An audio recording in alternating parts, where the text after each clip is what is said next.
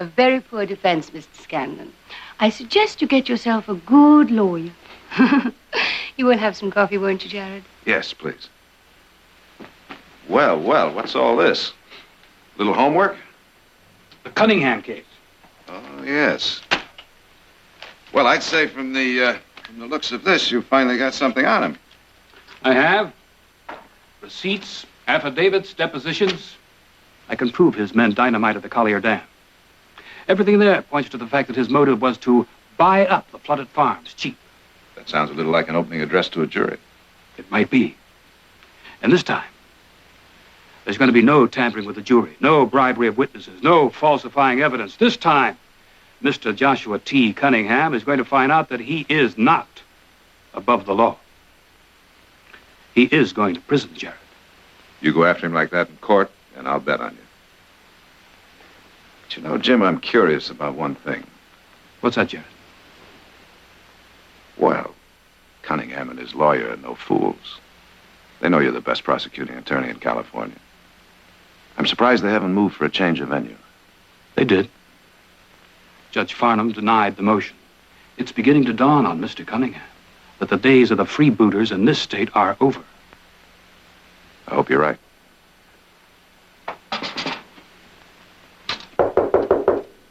Would you excuse me? Thank you.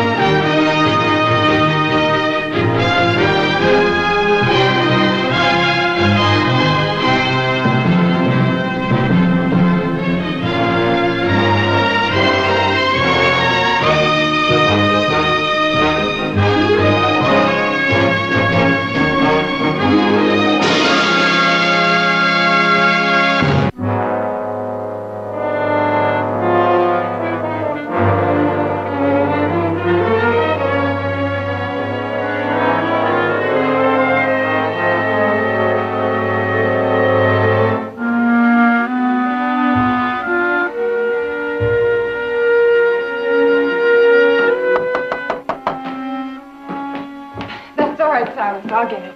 Thank you, Miss Audrey.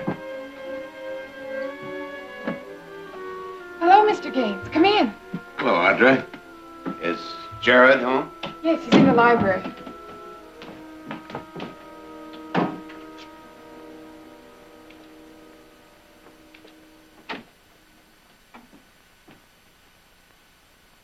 Hello, Howard. How are you? As well as could be expected after what happened to Jim Scanlon the other night. Yes. Jim was gifted and honest. Two things Cunningham couldn't cope with. Except with a shotgun. How is Mrs. Scanlon? Well, she went up to Sacramento to stay with her sister. Mother went with her, so she wouldn't have to travel alone. Well, Howard, sit down. We're about to have lunch. Will you join us? No. Thank you, Audrey. Well, to get to the point of my visit. As you know, it's my job as chairman of the County Board of Supervisors to appoint an acting district attorney to replace Jim Scanlon until an election can be called. That shouldn't be difficult. Well, under ordinary circumstances, I'd appoint Mark Bromley. He was Scanlon's assistant for 2 years. He's acquainted with the work of the office. But what? Bromley's young, inexperienced. He's never prosecuted a case on his own. Cunningham's lawyer would tear him to pieces and feed him to the jury, one bite at a time. I guess you know why I'm here. I think you underestimate Mark. He's young, he's smart and clever. He has the advantage of having helped Jim prepare the Cunningham case. He knows it inside and out. And he also knows Cunningham. And he's scared. Well, then there must be other lawyers. None as qualified as you are, Jared. Once you served as assistant district attorney. Yes, and I was about the same age that Mark is now, and just as scared. Believe me, he'll get over it. Jared, No, Audra. how can you say no? Jim was your best friend. And that's exactly why I won't prosecute Cunningham. I don't understand. If Cunningham's lawyer is as smart as I think he is, he's going to try and convince that jury that I'm not prosecuting his client because he blew up Collier Dam, but because I'm trying to avenge the death of a friend. He'll pose Cunningham as the victim of some kind of personal vendetta and probably get away with it. I don't think that's valid, Jared. Neither do I. The jury will judge the facts. Maybe, and maybe not. I don't intend to take the gamble. All right, Jared. All I could do was try. Audra? Jared, who I've else? made my decision, Audra. All right. I just hope you don't regret it.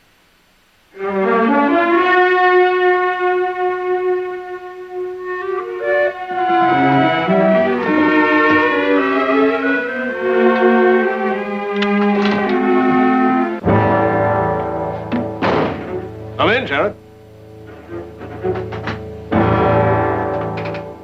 I hope you don't mind if we made ourselves at home. Mason had a key that happened to fit the lock.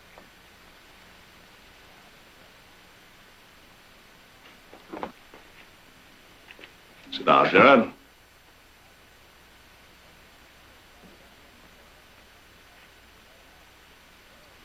What do you want? Well, I've got a problem, Jared. The State Land Office is starting hearings next week in Sacramento on a new open range policy. Now, I'm interested in getting my views before the board.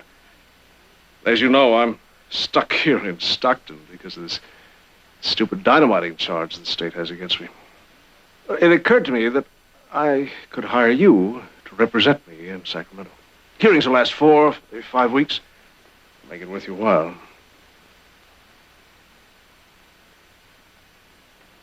Get out of here, Cunningham. $1,000 a week and expenses. How's that sound? Get out. Too busy to take the job. I'm always busy.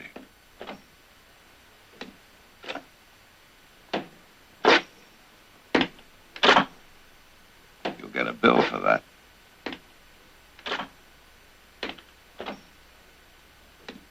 That's enough, Carell. There's talk around town you may be appointed acting district attorney. Is there? I heard Howard Gaines was out to your place yesterday. I asked you to take the job. Remarkable how you keep your ear to the ground. I assume you accepted. You know, you could have saved yourself this masterful attempt to buy me off. What? I turned Gaines down.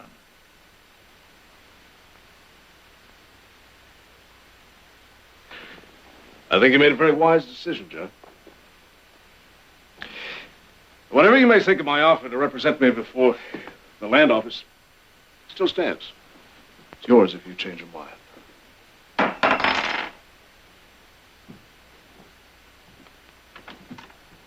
I think I just did. What? Changed my mind. What? You're much too anxious to have an inexperienced assistant like Mark Brownlee prosecute your case. So I'm going to be in that courtroom when your trial opens. And I'm not going to let up on you until I put a rope around that rotten throat of yours for the murder of Jim Scanlon. Now, for the last time, get out.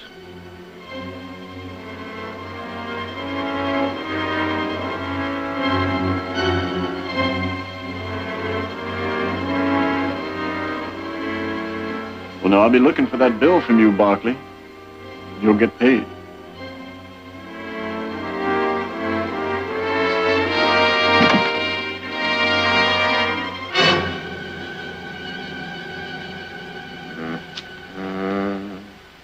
Sure don't don't make noise like they used to. I hadn't noticed. It's a fact. It is a fact. Well, now, that's fascinating information.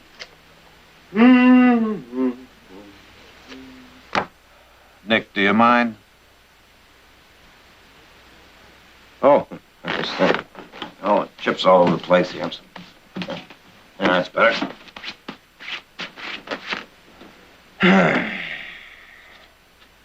No, sure don't make knives like they used to.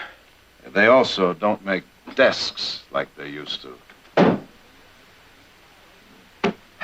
Look, Nick, why don't you go get something to eat? I'm not hungry. What do you mean you're not hungry? You're always hungry. All right.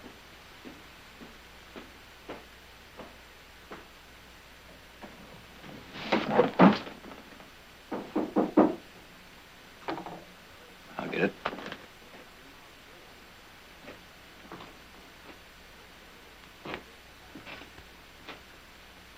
Who is it? Mark Bromley. Here, Mark. Hi, Nick. Evening, Jared. Hello, Mark. Glad you could make it. Here's the last of Mr. Scanlon's file on the Cunningham case. Thanks. If there's anything more I can do, don't hesitate to let me know. Mark.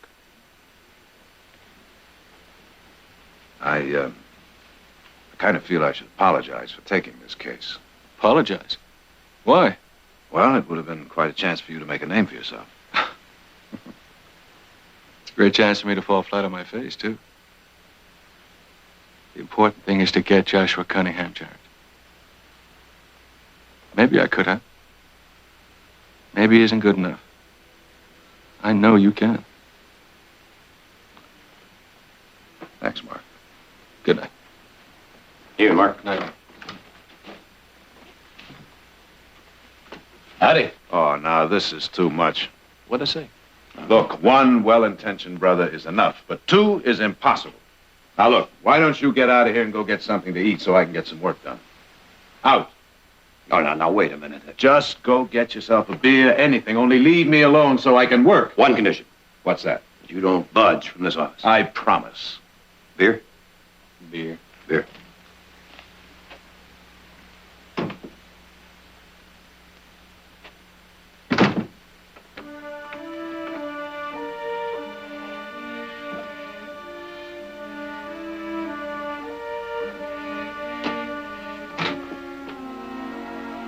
All right, let's go.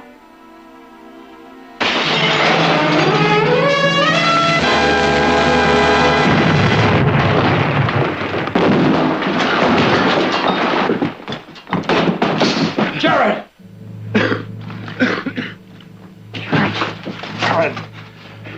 Jared, you all right? I can't see, Nick. What do you mean? Jared! I can't see.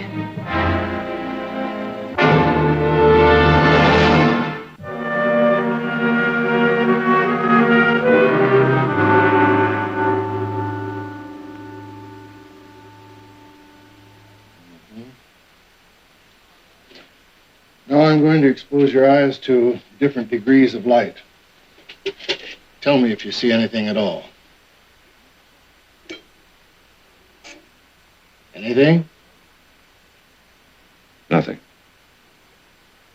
Keep trying.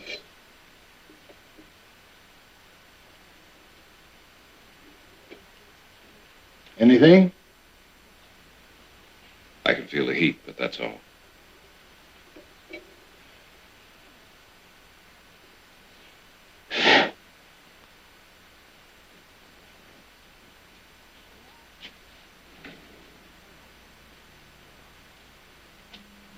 I'll be back in just a moment.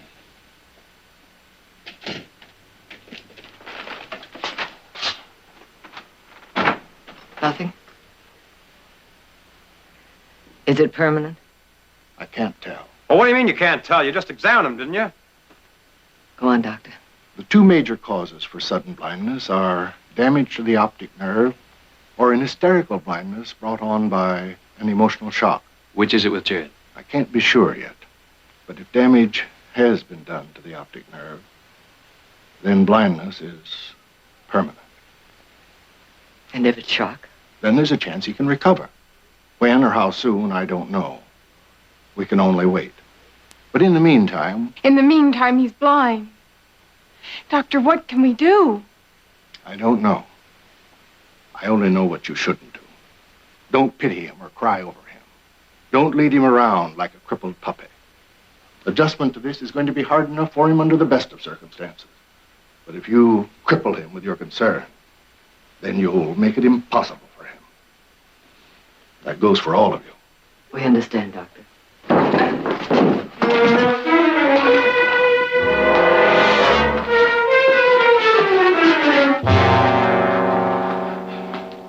I was looking for some water. I tripped. Well, I'm going to see Mr. Cunningham right now.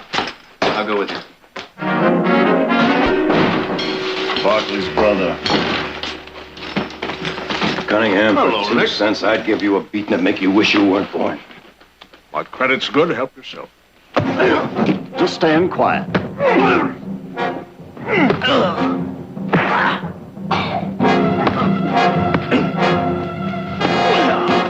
Hold it!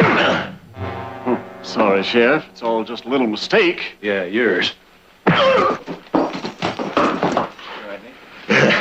What now, Cunningham? Came looking for trouble, madam. And they found it.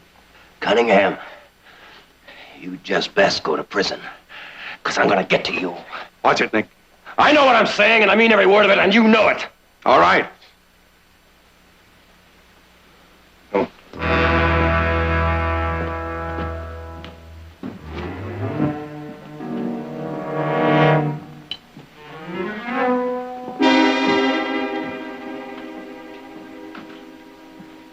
You're doing fine, Mr. Barkley. Just fine. Thank you, Silas.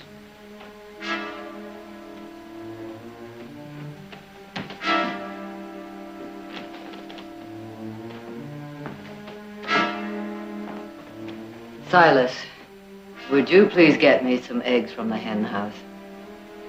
I'd like them now. Yes, ma'am.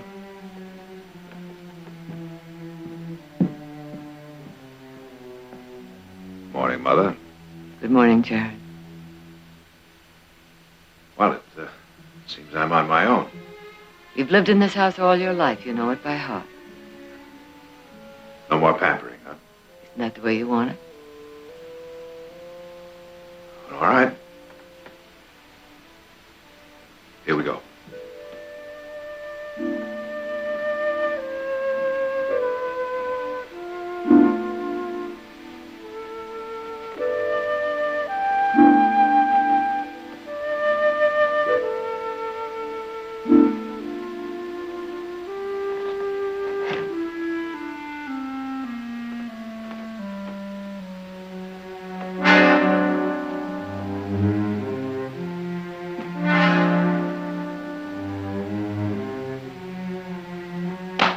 How was that? Very good. It was wonderful. Audra? Well, I'm in the foyer, so there should be a little table right over here. Right about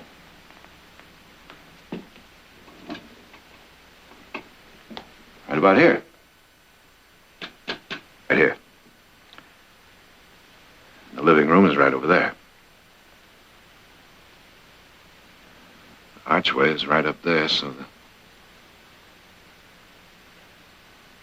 should be about 1, 2, 3.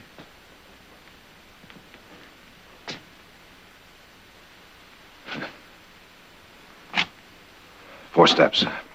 Don't stop now. All right, let's try the living room. There should be some chairs right over here. 1, 2, 3, 4, 5.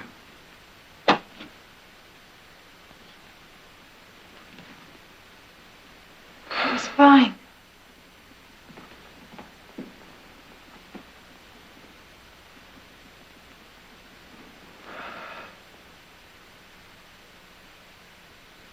The drapes are open. How could you tell? I can feel the warmth of the sun. Jared, Nick took the crystal off your watch. You can tell the time by touching the hand.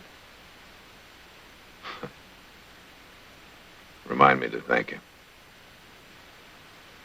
I'll fix you some breakfast.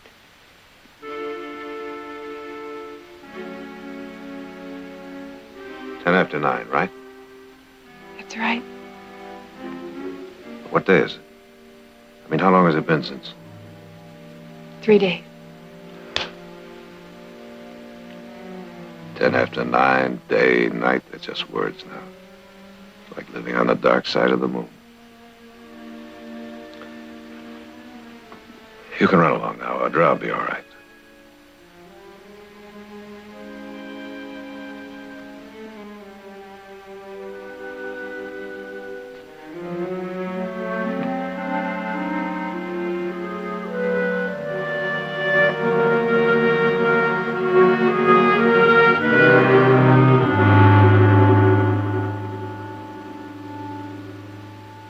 Who's that? Mother? Audra? It's Sharon. Sharon? Jared?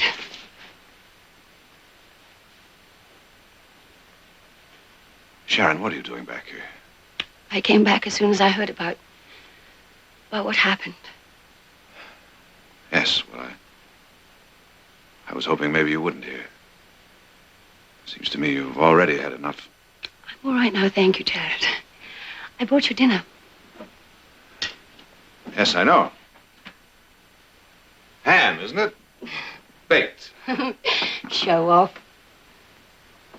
There, now you eat and I'll talk. Sharon, I wonder if you'd mind not staying. Oh? Well, you see, what I euphemistically refer to as my awkward situation is, well, it's particularly acute at mealtime. Jared, I understand. Do you? No, I don't think you really do. Maybe a little demonstration. Now, the meat, now that's not particularly a problem, but the vegetables, oh, those vegetables. Now that is the real challenge. Now, let's see.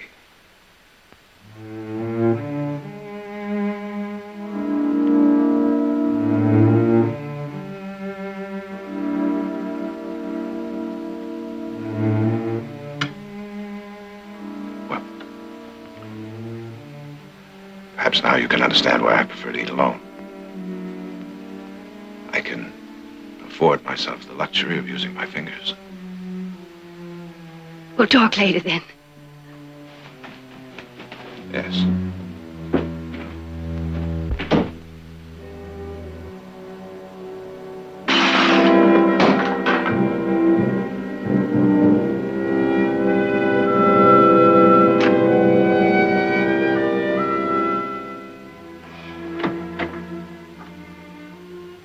Jared. Yes, I asked Sharon to leave. Well, she was only trying to help. You can't go on like this. Well, Jared, do you know an attorney by the name of Marvin Sanders? Yeah, he's Cunningham's lawyer. Well, he and Cunningham just had a powwow in Sanders' suite at Stockton House. Well, what of it? You know who else was there? Now, how would I... Mark Bromley. Now, if Bromley's going to prosecute, what was he doing meeting with Cunningham and his attorney?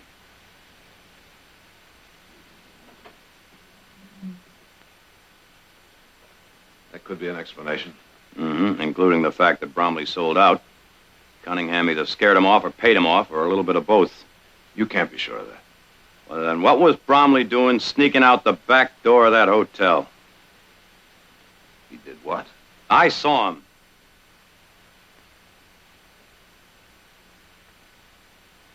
The meeting still could have been innocent enough. Perhaps so. But can you take that chance? What do you mean, me? You're still acting district attorney of this county. Well, a simple letter of resignation will take care of that if someone will be kind enough to write it for me. It's too late for that. If Mark Bromley has sold out, the rest is up to you. I can't go into that courtroom. I can't do it. Yes, you can. Now listen to me, Jared. Nothing has been decided. Perhaps one day you will see again. But if and when that day comes, it won't mean a thing if you can't stand the sight of yourself. Do it.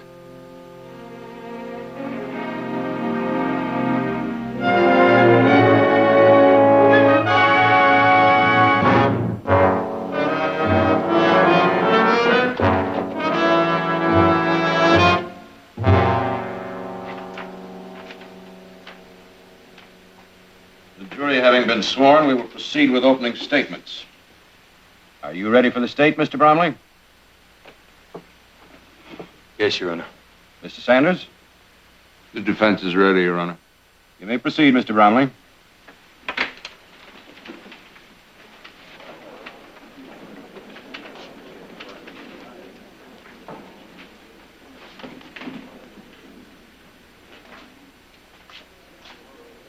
What's he doing here?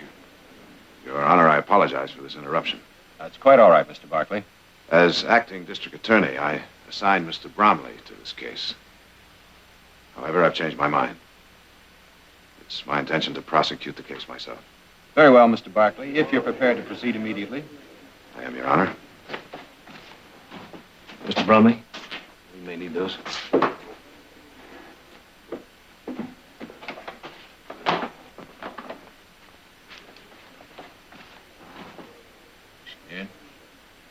Yeah, I'm scared. Well, there's no need to be. You will be right here in case you need it. Look at the jury. They're already beginning to sympathize with Barkley. That should do something. You try. Your Honor, this sudden change in prosecutors comes as a complete surprise to the defense. Had I known Mr. Barkley was going to be my adversary, I might have planned my case with more of an eye to... An eye to what, Mr. Sanders? It's a delicate matter, Your Honor, and I'm loath to bring it up, but in fairness to my client, I feel I must. I'm referring to Mr. Barkley's blindness and the fact that the sympathy and compassion that we all have for him will exert an undue influence on the jury in arriving at a verdict. Your Honor. One moment, Mr. Barkley. What are you proposing, Mr. Sanders? Well, in justice to my client, Your Honor, I respectfully request that Mr. Barkley withdraw from the case. Mr. Barkley? I have no intentions of withdrawing, Your Honor. Well, in that case, Your Honor, I suggest that the defendant cannot receive a fair and impartial hearing in this court. Mr. Sanders? If he could, he would be acquitted, and Mr. Barkley knows that. And that's the reason for his sudden and dramatic takeover of this case. He's come here not to prosecute the defendant, but to persecute him. He says to the jury, forget the evidence. Convict Joshua Cunningham because you pity me. No. Yes, Mr. Barkley. You've come here to wave your affliction and helplessness around in the face of the jury like a flag. You shut up. Order. Now, I warn you, Mr. Barkley, I will tolerate no such outbursts in my court. Sit down, sir. Nick. Your Honor, I move for a mistrial. Motion denied. When you're ready, Mr. Barkley.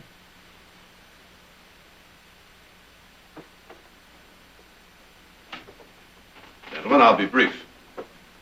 It's the state's contention in this case that on June 24th last, Collier Dam was dynamited. Dynamite planted at the instigation of the defendant. Now, the state will offer conclusive evidence of this. We will further introduce evidence that will show that the motive of the defendant was simply to...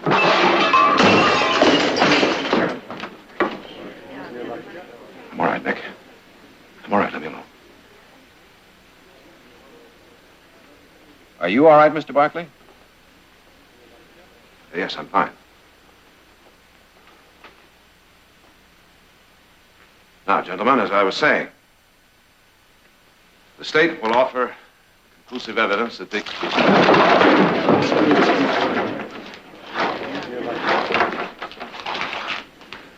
Get me out of here. Get me out.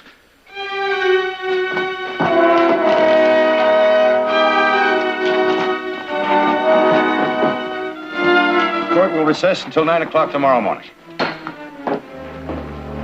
How about a drink? No, thank you. Tearing a blind man apart isn't something I care to celebrate.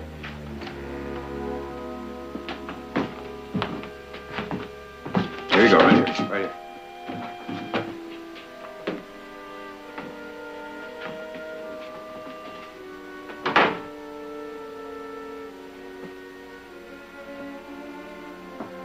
Well, I think somebody better tell Bromley the job is all his.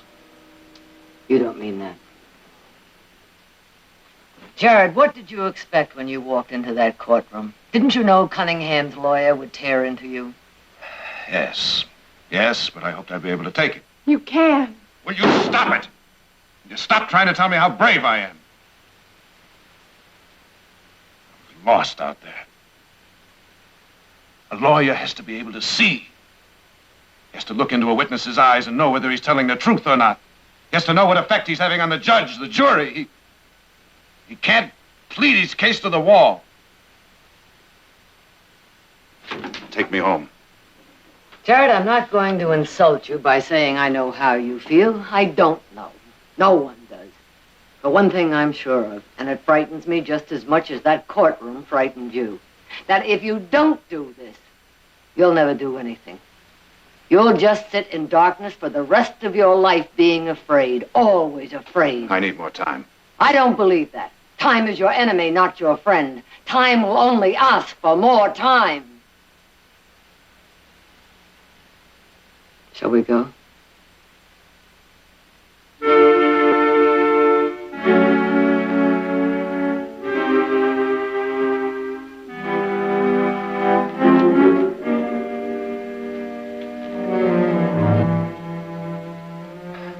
I just feel so helpless out there. You don't have to, Jared. What are you gonna do? Whittle me a pair of eyes? You can hear, can't you? And you still have a memory. And you're gonna learn that courtroom. You're gonna get to know every inch of it, every stick of furniture and every crack in that floor. By tomorrow morning, you're gonna feel as much as home in that courtroom as if you built it yourself. 1, 2, 3. Your Honor?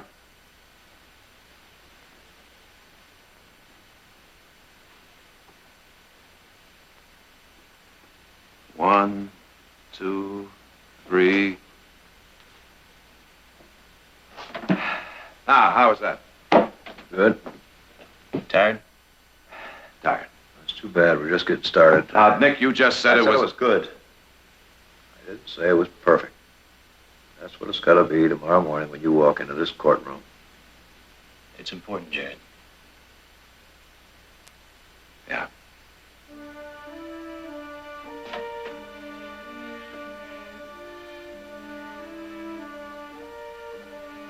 One, 2, 3.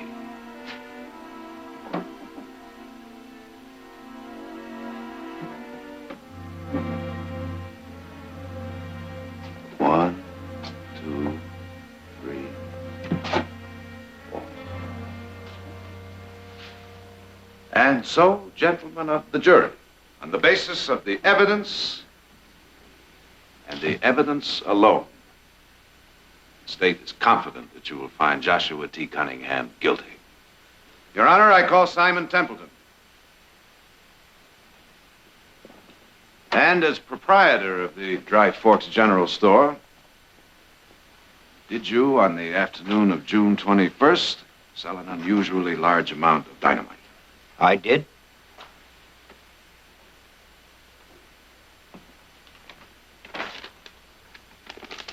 Thank you, Mr. Barkley.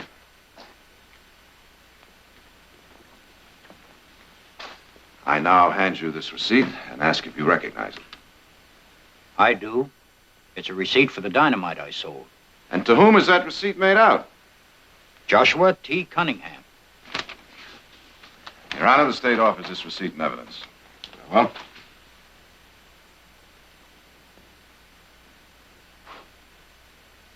I wonder if I might trouble you gentlemen for a glass of water.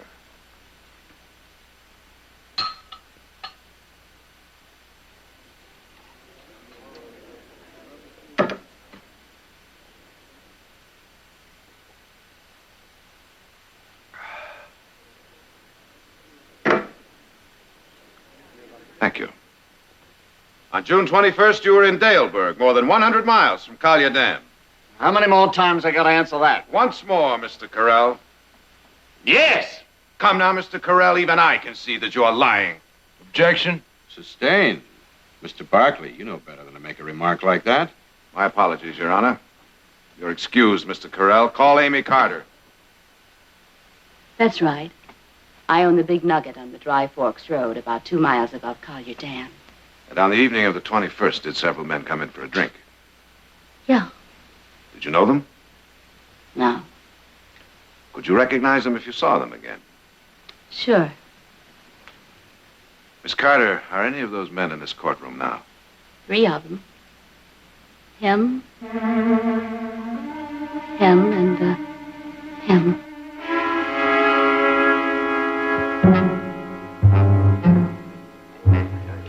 You gotta make a liar out of that Carter woman when you cross-examine her. I'll do my best. You giving up? I'll play out the hand, Cunningham. But you might as well face it. Barkley's got you right by the throat.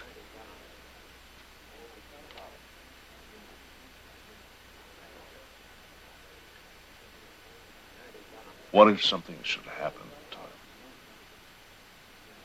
An accident, for instance. I don't want to hear talk like that. We'll bring Bromley back into the case, and I'd still have a chance.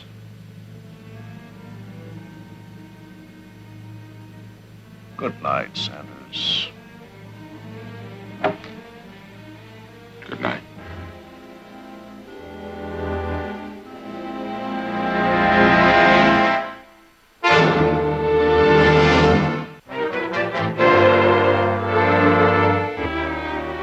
How about some coffee? Ah, that's what I need. When did Heath and Nick say they'd be back? Oh, they'll be riding herd until morning. I thought it was kind of quiet around here. Barkley.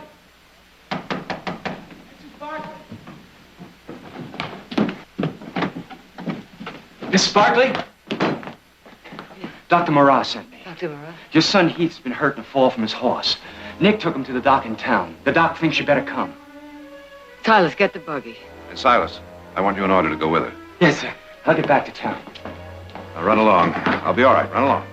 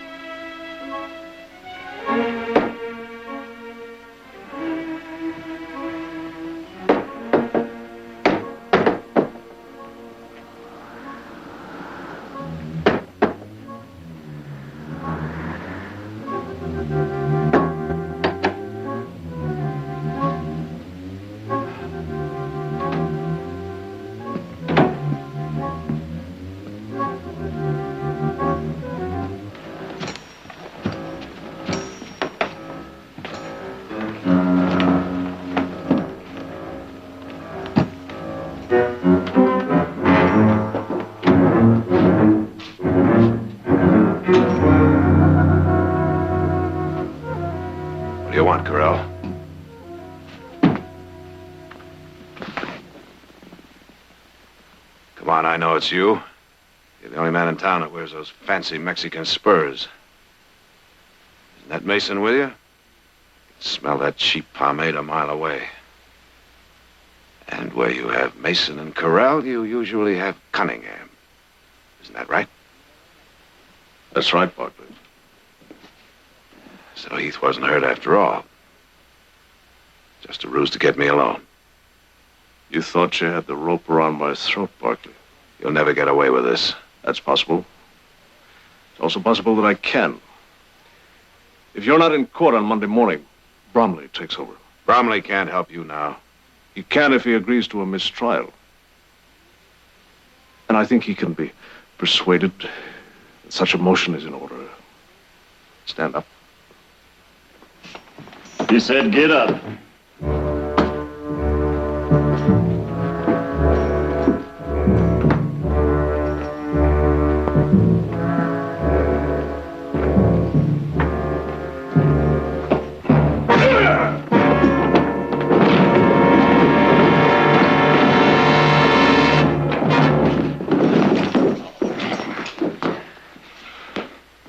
Don't fight it, Barkley.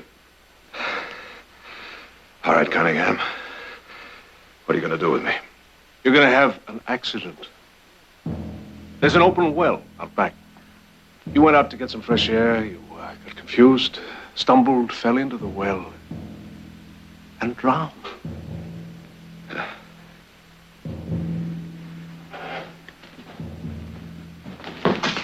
Take a look outside.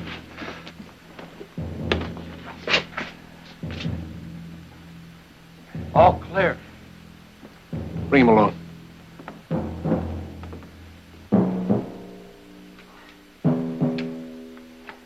All right, Barkley. Let's go.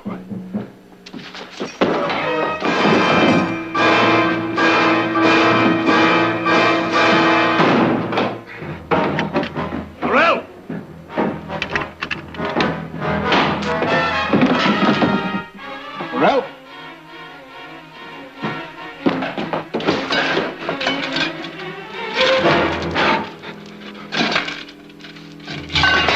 Corral! Corral! 5, 6.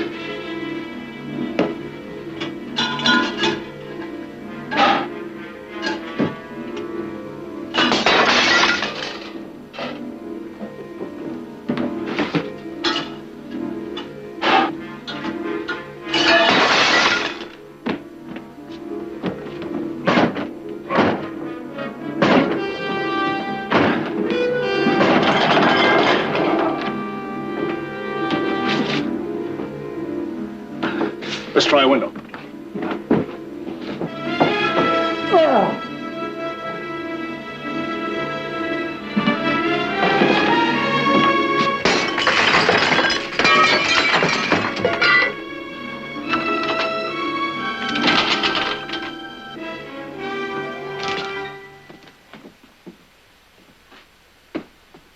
Get some light in here.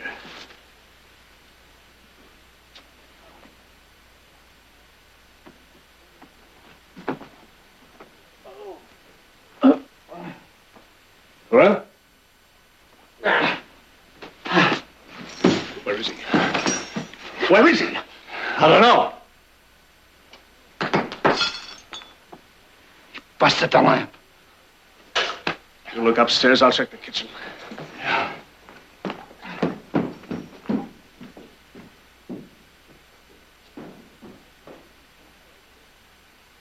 Looks like he busted them all.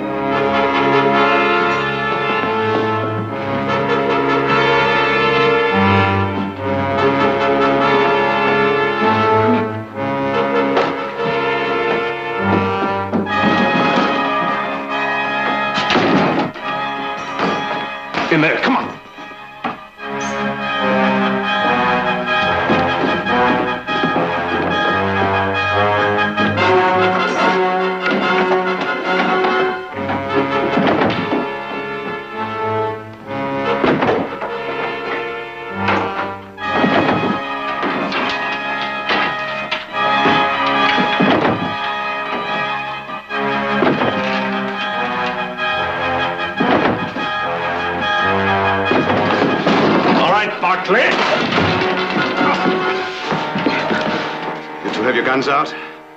Drop them. Better tell them to drop them. Do as he says. One at a time so I can hear him fall. I can take him. Come on, try it. We'll see which one gets it first, me or your friend here. No, Corell. Let me hear it fall, Corell. I'll kick him over here where I can feel him.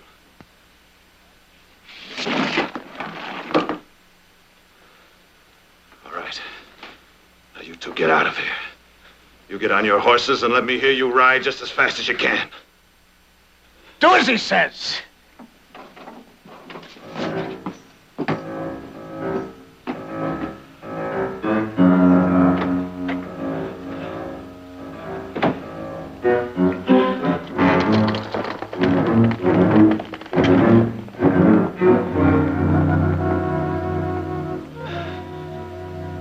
Now we're gonna get up, Cunningham.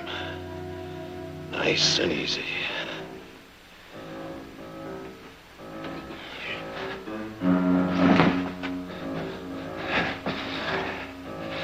All right, there's a chair over there. Walk to it, nice and easy. You're gonna sit in that with this gun in your head until somebody comes to take you off my hands.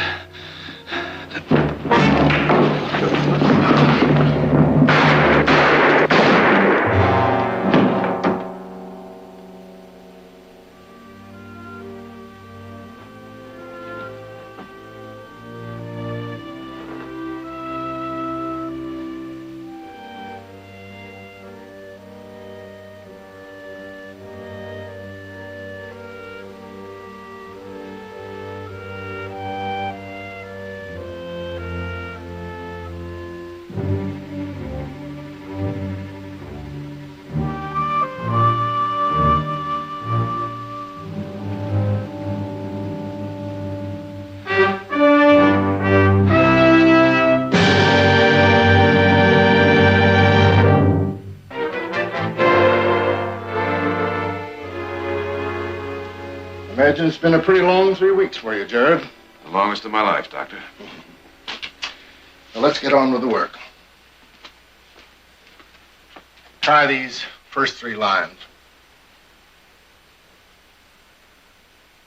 Are those letters still blurred for you? Huh? Oh, M-T-E-L-E-H. Fine. Now go on with the next one. F-D-P-L-T-C-E-O.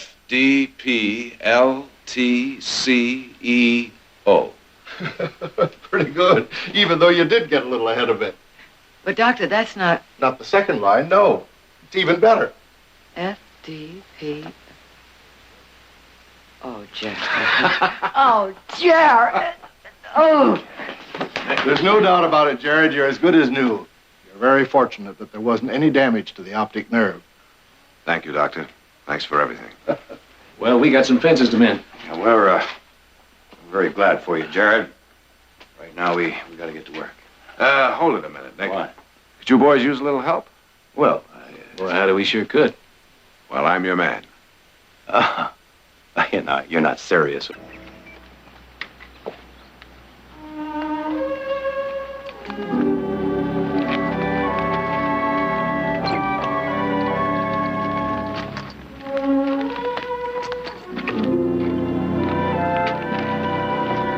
How far is she going?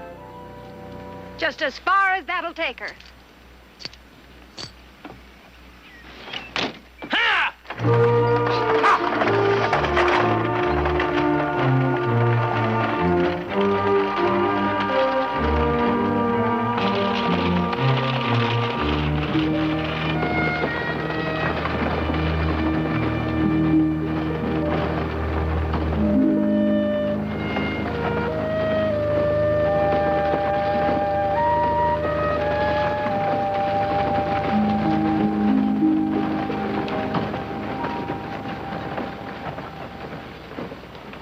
Please. Thank you.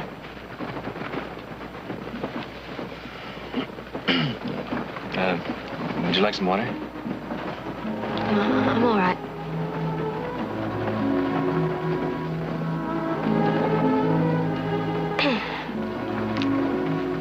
Are you all going for her?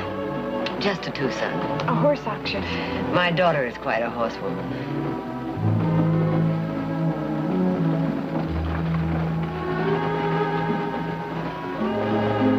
I'm going home.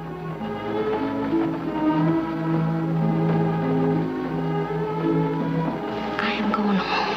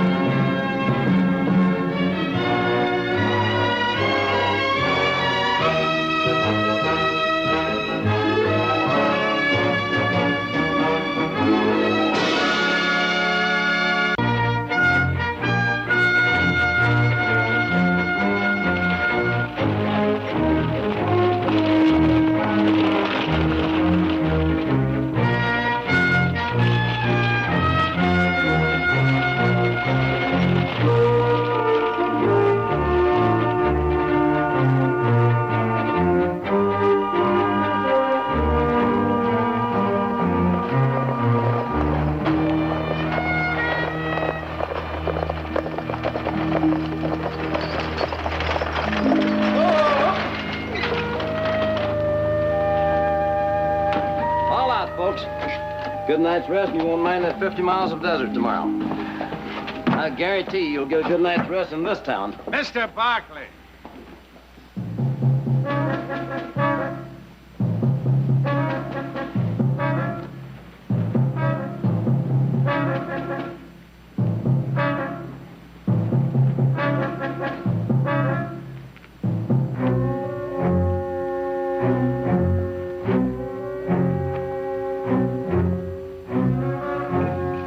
I've been looking for you for a long time. Well, now you found me.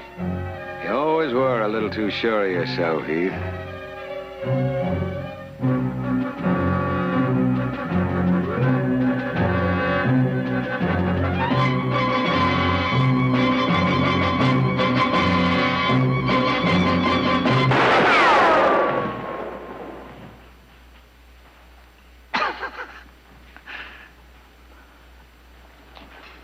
Tom. Well, I guess I'm still a little faster than you are, old partner. I told you we'd run across each other one day. I thought you were going to Virginia City. No, I got sidetracked and glad of it. You haven't changed a bit, You sure have. Hey, is that badge for real? Yeah, sure. I'm Marshal here. Say, you got sidetracked yourself, I hear. Found yourself a family. The Barkleys? Heath. Heath, if you ever do that to me again... Ah, Mother, I'm sorry. It's just an old game we play. Didn't mean to scare you. Tom? My mother and sister Audra. Old friend Tom Wills. I do apologize to you ladies if our little game shocked you. No, it didn't really shock me. It just surprised me to see a marshal acting that way. Well, I can tell you, if anybody else tried the same thing, I'd arrest him right now. I hope so. I mean it. Say, how long are you going to be in St. John? Just overnight. Well, then you must do me the honor of being my guests at dinner. The chef of the inn sets a mighty fine table, especially when he's serving people of quality. Well, that's very kind of you. Thank you. It's all set then. Shall we say 7? I'll tend to the luggage. That's a mighty fine family you got there, Heath. Yeah, they're really something. Thank you. Anytime, Mel. Hold it right there. Now you just get back on that stage right now. What's the matter, Tom? I run a tight little town here, Heath. Took a lot of trouble on my part to clean it up. Now I aim to keep it that way. And there are certain kinds of females who are not welcome in St. John. Tom, we're just staying overnight. All of us. That's all right, isn't it? Ah, they mean trouble every time. Man should never make an exception to a rule. Not even for an old friend? Well, I reckon maybe old friends do have certain privileges. All right, just this once. But you stay close to your room, yeah?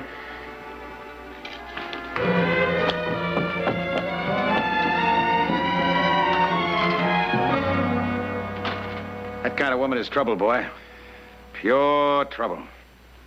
Well, now, Tom, when did you become such an expert on women? Well, it's just never your mind. Hey, Heath, leave that gun in your room, will you? In case you hadn't noticed, nobody in town who has a gun. Except me. All right. See you at dinner. All right.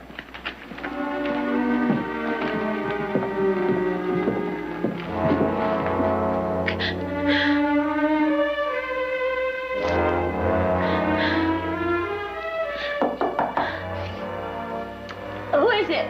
Room service, your luggage, ma'am. It's you. Just put it over there, please. J for Jezebel. Well, they got it wrong. Should be S for Sally. Thank you. And for what you did downstairs, I don't know how to... Well, I'm sure anybody else would have done the same thing. Would they? If you need anything, our rooms are just down the hall.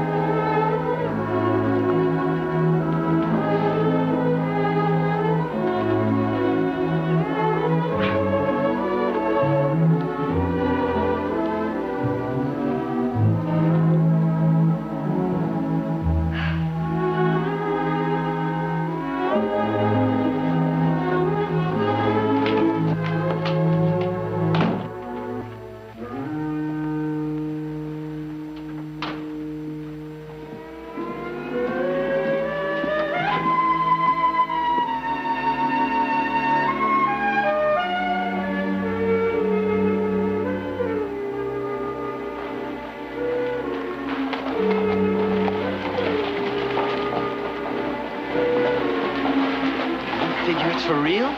Ooh-wee. Not in Mr. Willstown, it ain't. I never seen no mirage like that before. Wonder where she come from. I heard we was getting a new schoolmarm in one of these days. Hey, if that's her, I just may go back and finish up my learning. Well, go on then. Let's see old Romeo in action. I got 25 cents here. Says you ain't even got nerve enough to say boo to that female.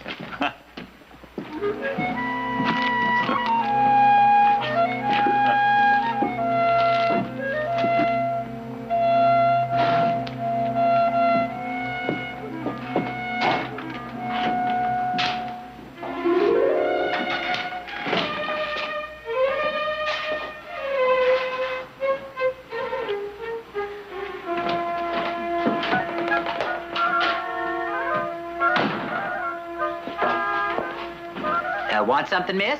Yes, I'd like a dress. Well, I don't believe I stock anything you'd be interested in. No, I want something simple like this one. Well, help yourself, Lou. Licorice in the jar. They're like usual. I come for chewing tobacco. Since when, I'd like to know? Since right now.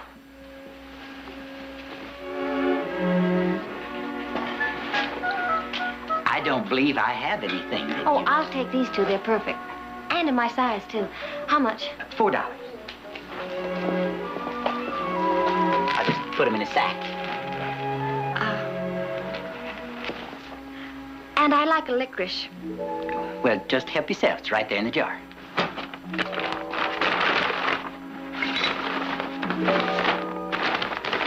$4.01 for the licorice.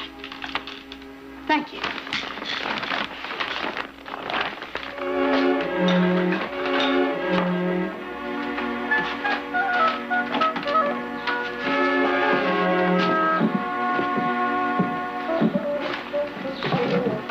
Two?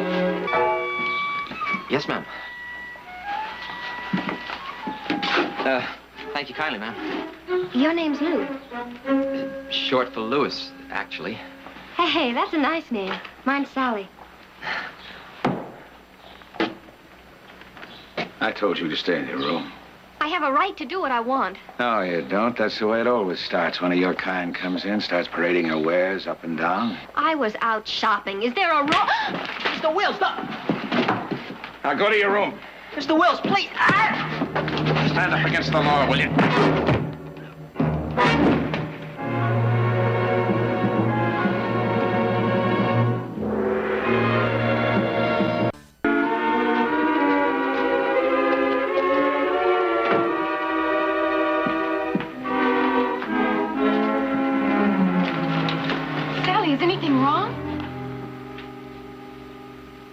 A new dress? Well, why don't you wear it tonight? I was just coming to invite you to have dinner with us. I'm not hungry. Thank you. Well, you will be. Please, we'll be expecting you. We? My family. Well, I wouldn't want to disappoint the Barclays. Good. Your brother's friend, Marshal Wills, he's a very dangerous man. You know, I just don't believe it. Two old saddle tramps like you and me, and one is a town marshal, the other a gentleman rancher. No, just plain rancher, Tom. Good evening. Mrs. Barkley, where is your lovely daughter? Oh, she'll be down in a moment. Oh, fine. Here, sit down. Would you care for some sherry? Yes, please. You know, we have a quiet little town here, Mrs. Barkley, but having two lovely ladies like you as guests is going to give it something to remember for a long, long time. Well, that's very flattering. Thank you. Aren't you going to join us, Tom? No, I have to set an example for the town people. Oh. Oh, that must be quite a burden. No, it's just caution. I have to be sure that things don't slide back the way they were before I came here. Yes. Well, then, here's to virtue.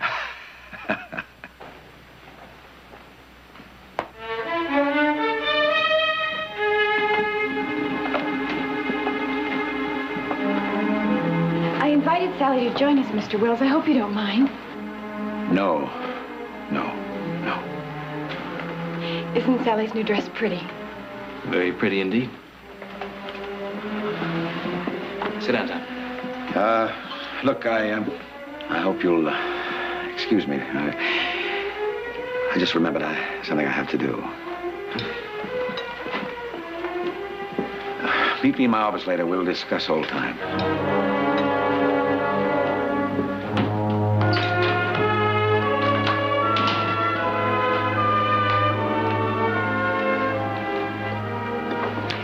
Waiter, you may serve now, please.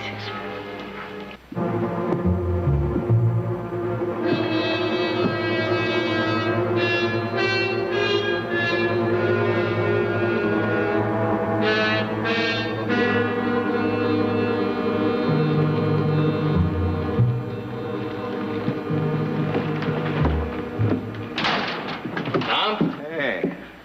Just heading over to your office. Well, how's dinner? As good as this end? That duck and wild rice never tasted better. This little town will surprise you, Heath. Take a look around. What do you see? Well, a mighty peaceful town, Tom. Yeah.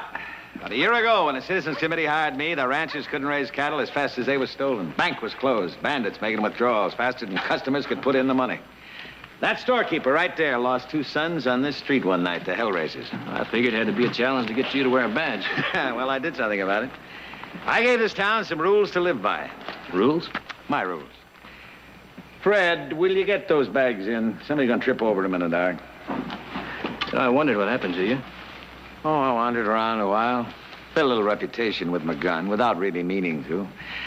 And then one day I rode into St. John. Found a home? Pond. Big fish in a little pond here. That's the way I like it. Come here, I want to show you something. See that little house there? It's not bad diggings for your old trail partner, eh? Sure beats a blanket on the cold ground. Yeah, it was given to me by the townspeople in appreciation. Very nice. Come on, I'll buy a drink.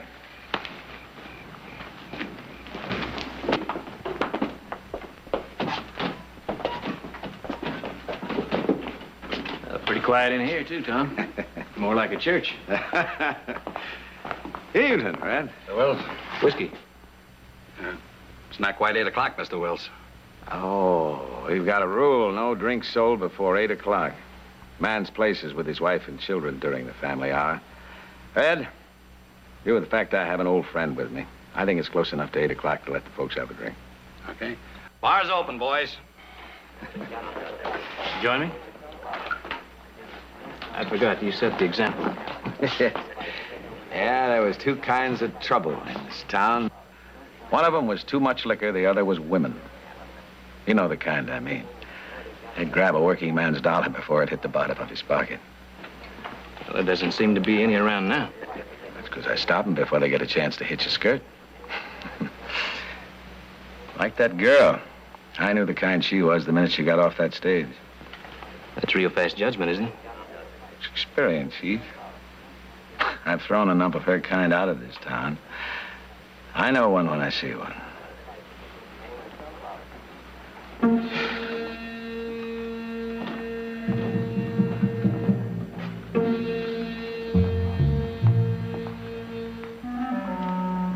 What is it, boy? The doc wants to see you, Mr. Wills. About what? Lou Farrell.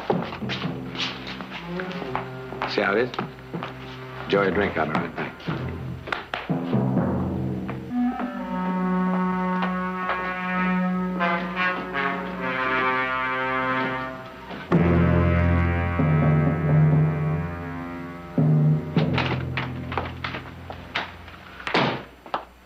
What's the matter with him? Concussion. Trouble is, he isn't rallying. His heartbeats are regular, his pulse is Why beat. are you telling me this? Just didn't want to be responsible in case... Responsibility is that boy's. He's still up against the law. Well, somebody ought to notify his dad. You notify him. You see what happens? You make an exception. You let one of those females come into town for one night, and a boy lies near death because of it.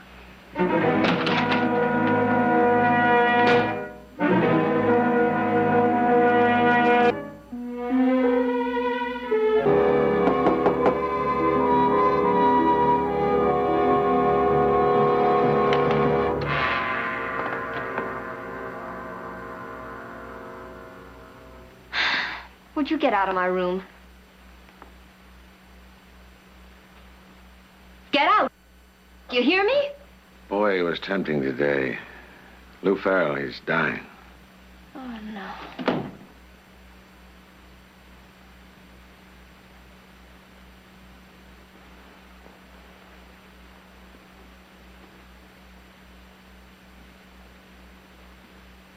That the perfume you were tempting him with? Get out of here! Yeah, maybe I was all wrong about you. Where'd you say you come from? Red Rock. Red Rock. I know Red Rock pretty well. Whereabouts you live there? Somewhere out of town. The edge of town? Oh, will you leave me alone, please? Now, what you do there? You know what to answer. We both know, don't we? Little lady, you seen it happen? A young boy smells the witch's perfume, and before you know it, he's lying in the street. His life blood oozing out of it.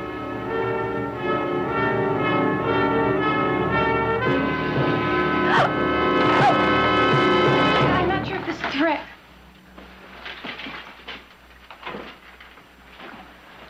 Good night, Miss Audrey. What did he want? I want to go home. Sal, you are going home. He won't let me. He's never going to let me leave this town. I know it. I just know it.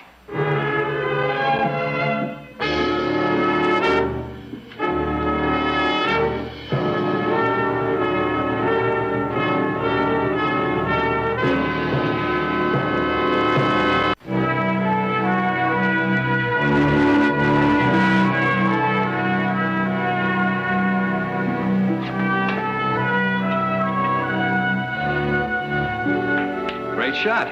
Tell him. Afraid one of these days, though, he's going to make me get rid of this pool table. Wills? Yeah, he doesn't care for pool much. Says it's the devil's game. Oh, I don't see how anybody can get in any trouble playing a little pool. Unless he cheats. Well, you know Mr. Wills. I thought I did. Should have seen this place before he got here. So much business you couldn't get through the front door. Then he started to make up his rules. No drinks served before 8 o'clock. 3-drink limit to a customer. No drinks served after 11. Well, you heard him. Man should be with his wife and kids. What if he hasn't got a wife and kids? Well, if he's going to live in this town, I guess he just better get some. Tom, I'll talk to you. Oh, thanks. Let's sit down. Now, that stage leaves mighty early in the morning, Tom. Besides, I've had my 3-drink limit.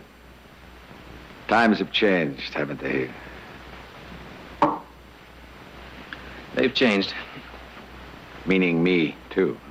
You've changed, too, Tom. Oh, you're wrong, boy. I was always this way. Just never had the opportunity.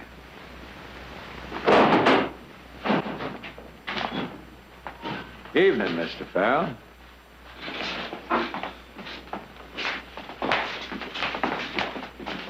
I just saw my boy, Marshal. I understand the doc's doing all he can for him. You did all you could for him, too. Didn't you, Marshal? You've got something to say. Spit it out so I can understand it.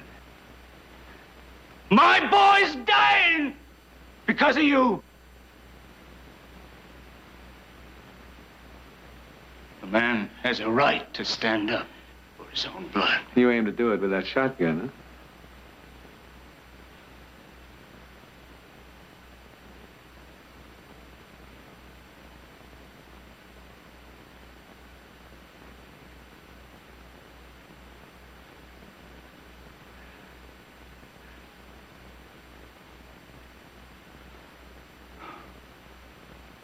You're a big talker, Mr. Farrell. Big talkers don't pull triggers, and they never find their backbone. Come on, Amos. Now get up. Come on. Come on. Here's your gun. You ought to know better, Amos, than to bring a gun into town. Now, you get home before you get into real trouble. Come on.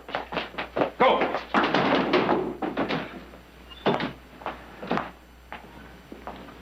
Thanks for the drinks, Marshal.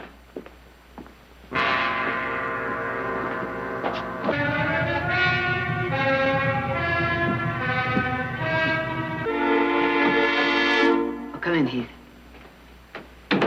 What's going on? Your friend, Mr. Wills, paid Sally a social visit tonight. Oh, all right. Sally talked to a boy this afternoon while she was shopping. And the marshal beat him because he talked to me. So that's it. Do you know how he is? Is he all right? Not good, I'm afraid. He's just a boy. Just a nice boy.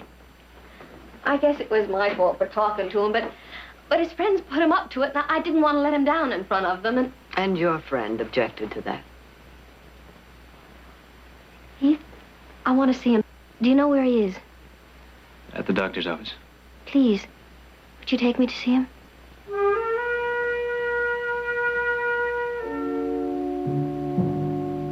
I'll take you. We'll be back soon.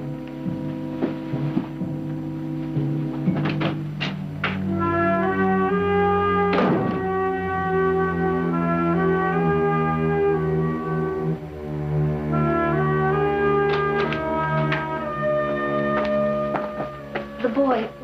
He's still unconscious. How's his chances, Doc? No way of predicting. He's gonna die, isn't he? My boy. Mr. Farrell, why don't you go home? He's gonna die. Wife doesn't know yet, does she? Somebody ought to tell her, hadn't they? Yeah. Gotta tell her. Our boy's gonna die. And there's nothing I can do about it.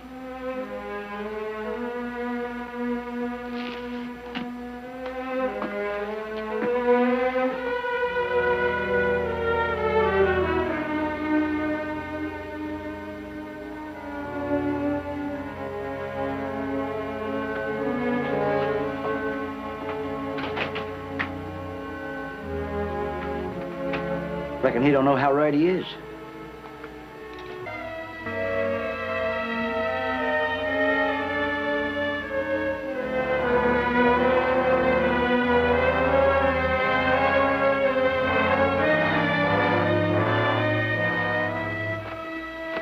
Amos. Amos. Over here.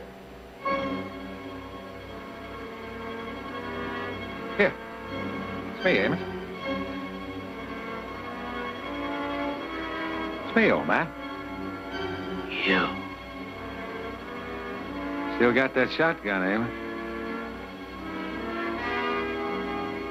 Why don't you use it, Amos? Huh?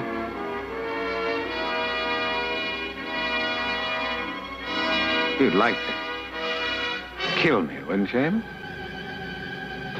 Yes. Yes, I'd like to kill you. Why don't you try? Try it. Try it. Farrell, no!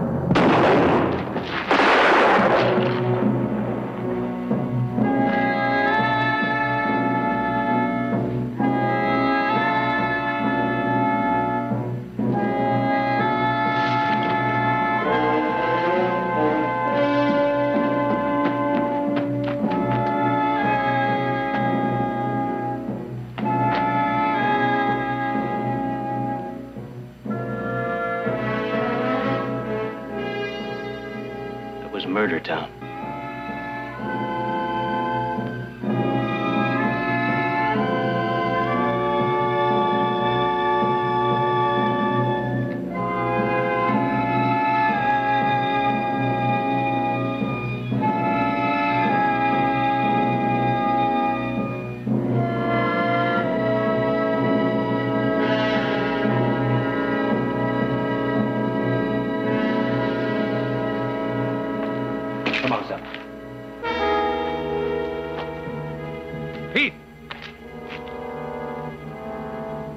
I told you to leave that gun in your room. Next time, do it.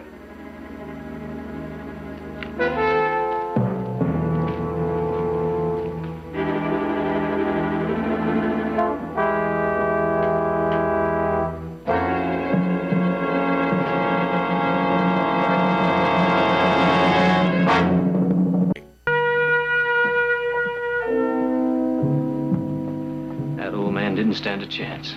It's plain out murder. No, it was an execution. Heath, there's a district marshal's office in Tucson. When we get there, tell him the story, all of it. It won't do any good. Well, you can't be sure of that.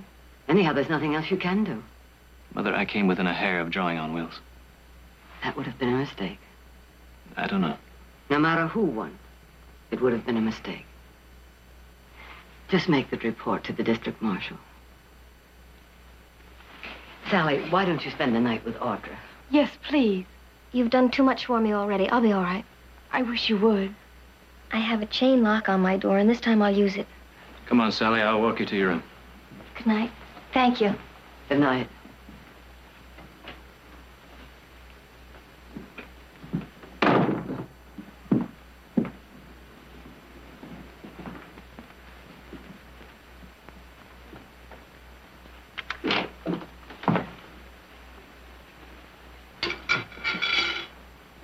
See? No boogeyman.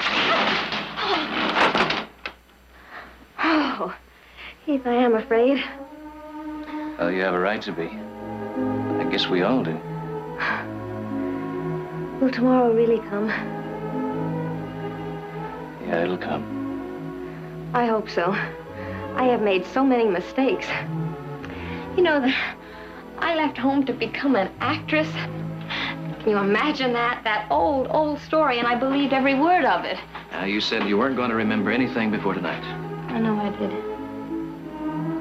Heath, do you think there's a chance that I can forget? If you really want to. I want to more than anything in the world. Then you'll find your chance. I remember a story I heard when I was a kid about this girl who fell asleep on a hilltop and dreamed she was a beautiful butterfly. When she woke up, she couldn't remember if she was a girl who dreamed she was a butterfly or a butterfly who dreamed she was a girl. That's the way I've been. I didn't know who I was until now.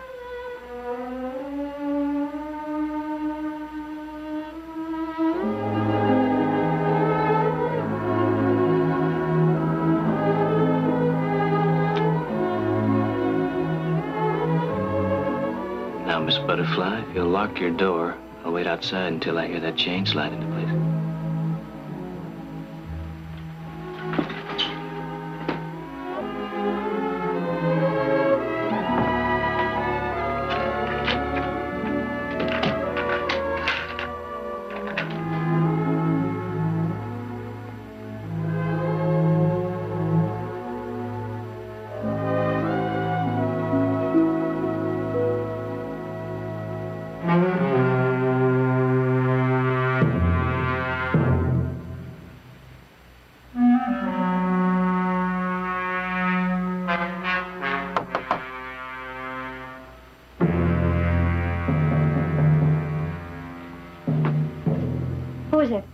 Heath.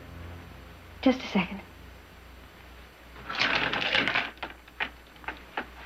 You're spending the rest of the night with Audrey. You get your things together. No argument. I don't understand. What happened? I just saw Wills down the street. He may take it into his head to pay you another little visit. What happens if he comes up here? Well, if he does, you won't be here. I don't think he'll bother our rooms.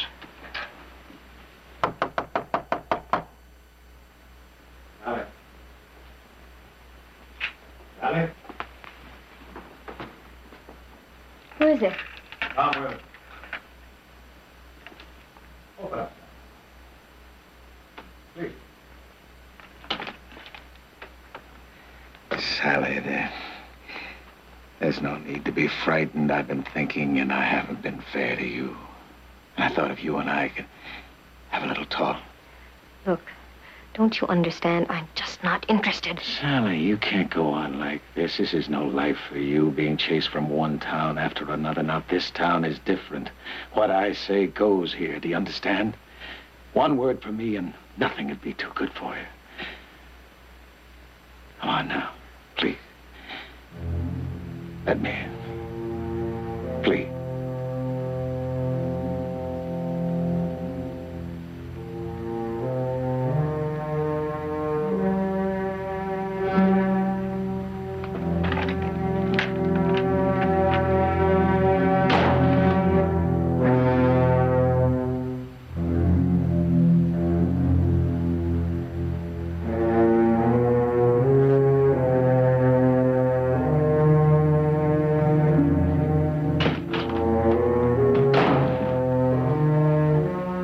Try to kill you, Heath. It'll be all right. I'll never let you leave town alive. Not now. Come on, finish your packing.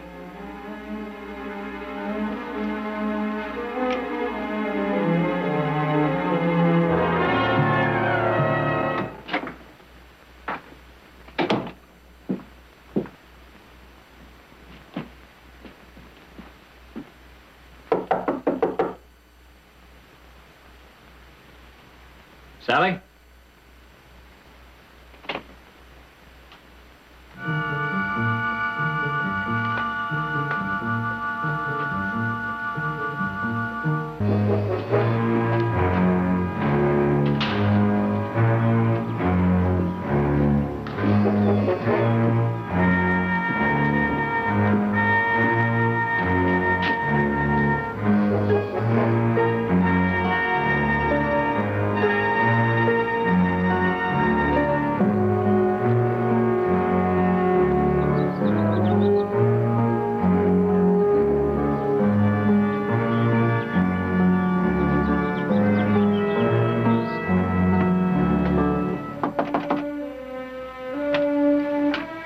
I sure hope you're ready. That stage is about to pull out. I talked to the doctor this morning, and he said that Lou Farrell was going to live, so I guess that means everything's going to be all right. So... Would you please get away from here? He is sitting in there in the other room. He might be out any moment. Please. He'll kill you. Is that why you came here? Is it? Please. Sally, listen to me. Tomorrow's do come, and yours is here right now, this minute. And your way home isn't through this house.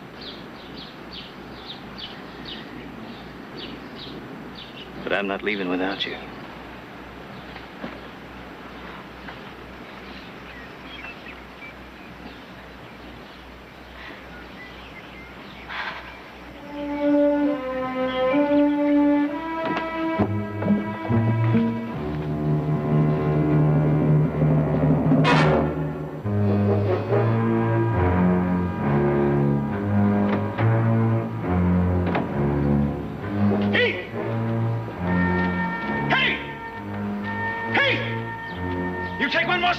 Shoot you in the back. Now, how do you want it, boy?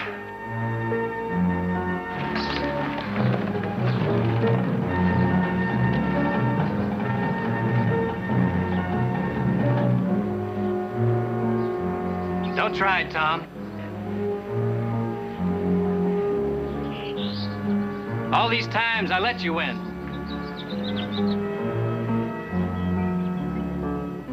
Understand? I let you win.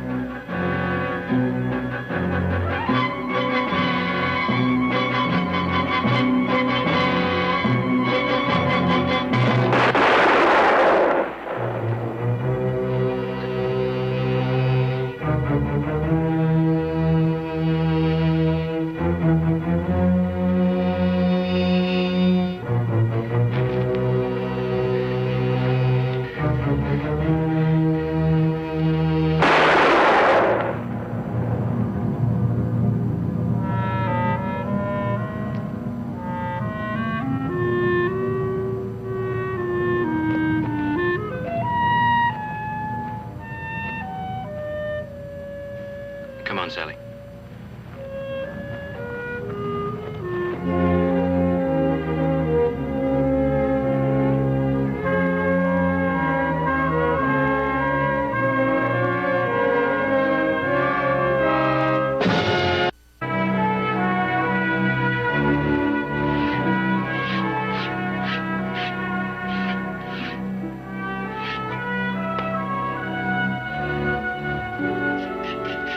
Isn't he something?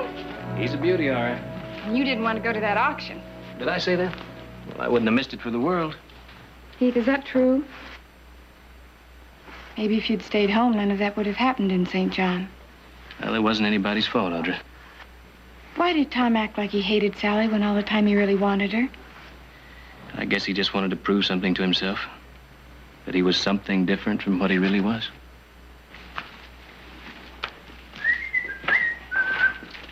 Oh, that sure does smell pretty. Well, now, what's biting you? This is a package goes down the post office. Has your name on it, too. And girl's writing. Mine? Who's it from? That's from Sally. Well, open it.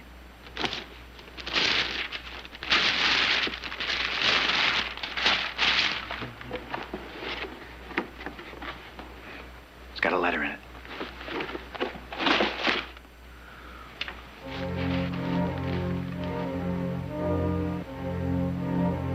Well, what does she say? Dear Heath, I am home at last. Really home. Father is suffering through my efforts at cooking, so it's only fair that you suffer through my first effort at knitting. When are you coming for a visit? Affectionately, Sally. Affectionately?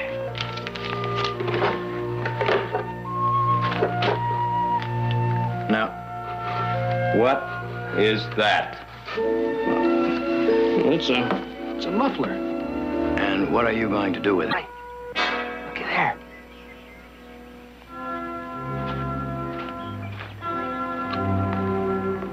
Threw himself a dent in the back of his head. More than a while ago from the looks of it. Wonder if his horse throwed him. Hey, Charlie. Same as the other one. Ain't likely they both got horse throwed. Looky, I'll tell you what. I'll stay here with him. And I want you to ride into Stockton and tell the sheriff the whole story. All right? Uh-huh. All right.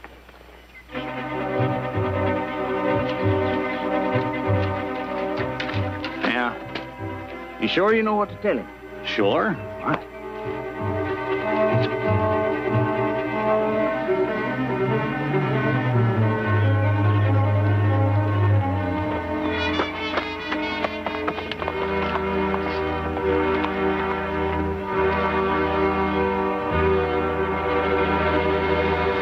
Hey, Charlie! Charlie!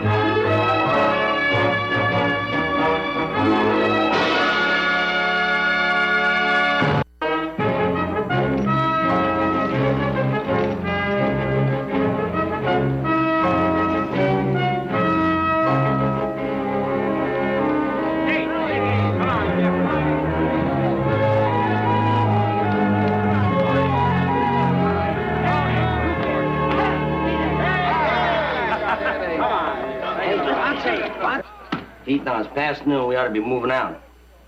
There's your hang-up. Roll him. Big 10. Is it winning? Mm-hmm. Well, I could be 2 more days. Old Nick ain't gonna quit the game till he's got all the money or none of it. Dace, you like ham sandwiches? Yeah, I like him. It's all yours. I'll see if I can pry him loose.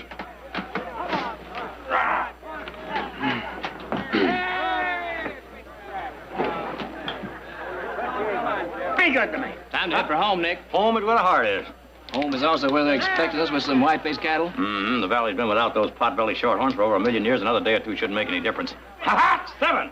And the money comes to smiling Nick Barkley. Come on, Nick, shake loose. You're all fired trail eager because you're all cleaned out, that's all. Well, it was. And I am. Well, our foreman, Mr. Dace Edwards, is older than 2 times 10 and a half, and his pants come clear down to his ankles. If he can't roll out those pot-bellies by himself, then we're really in trouble. We'll see you back at the range. No. You're not going to leave me out on that trail with no one to argue with but myself, and you know it. Stick around. What for? This is for.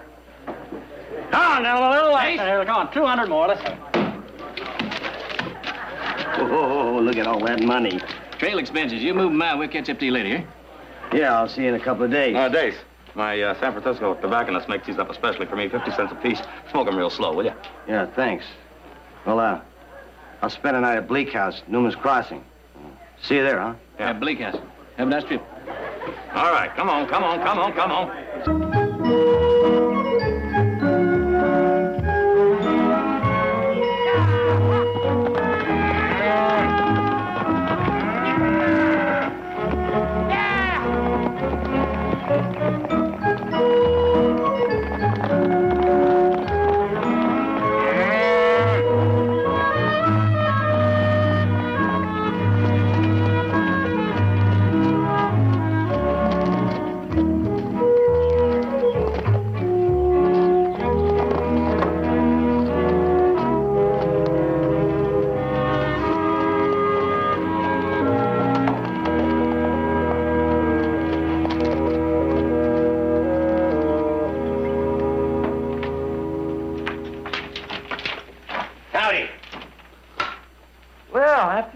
You got any vacancies? How many of you is there? There's 5 of us. Well, 50 cents a head includes a hot supper and a hot breakfast. Come on. 4 of us are cows. Oh, yeah? Yeah. I swear, after the way your brother and I slaved to get you all that schooling, you don't read nothing except fairy tales. You're always thinking that you're a Cinderella princess. Anything wrong with dreaming? No. You just keep a good tight grip on that dream. One of these days, it'll all come true. You get enough money and build that hotel up on the North Rise. A big, sparkling white one. A real showcase. And kings and emperors will come from halfway around the world to enjoy our hospitality. Why don't you fetch me a little taste of whiskey like a good girl? You have to wait. We've got a guest.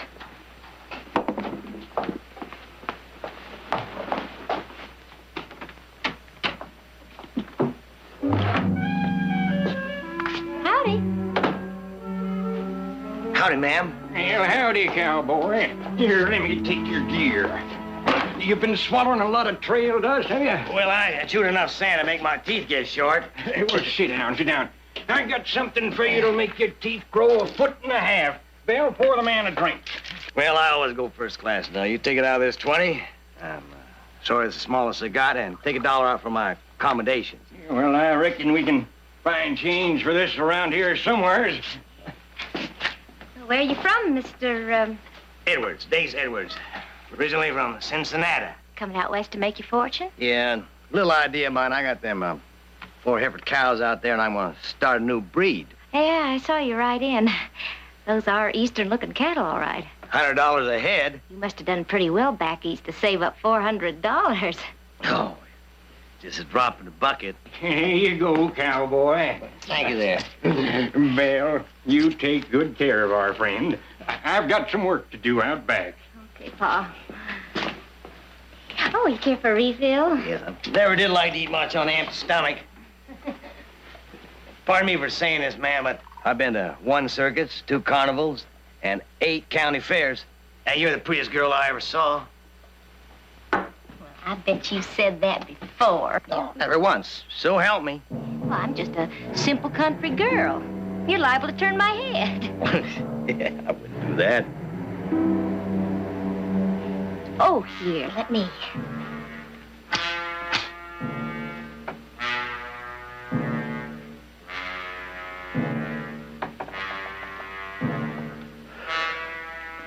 Oh, I love the smell of cigar smoke. It's got a man smell to it. You know something? I never knew a man who was really comfortable with his boots on. Yeah, well, I've had them on for 4 days now. They're kind of stuck. They're kind of growed on like. Well, here, you just let me help you with them. You take your other foot and push. Well, ma'am, I just can't do this. No righteousness. I just can't. Just lean back and push. Well, ma'am. Well, if I'd known about this place before, I'd have been here a long time ago.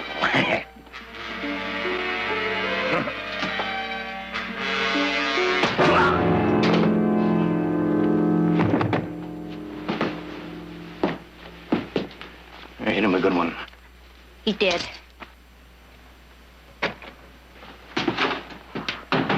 How much did we get?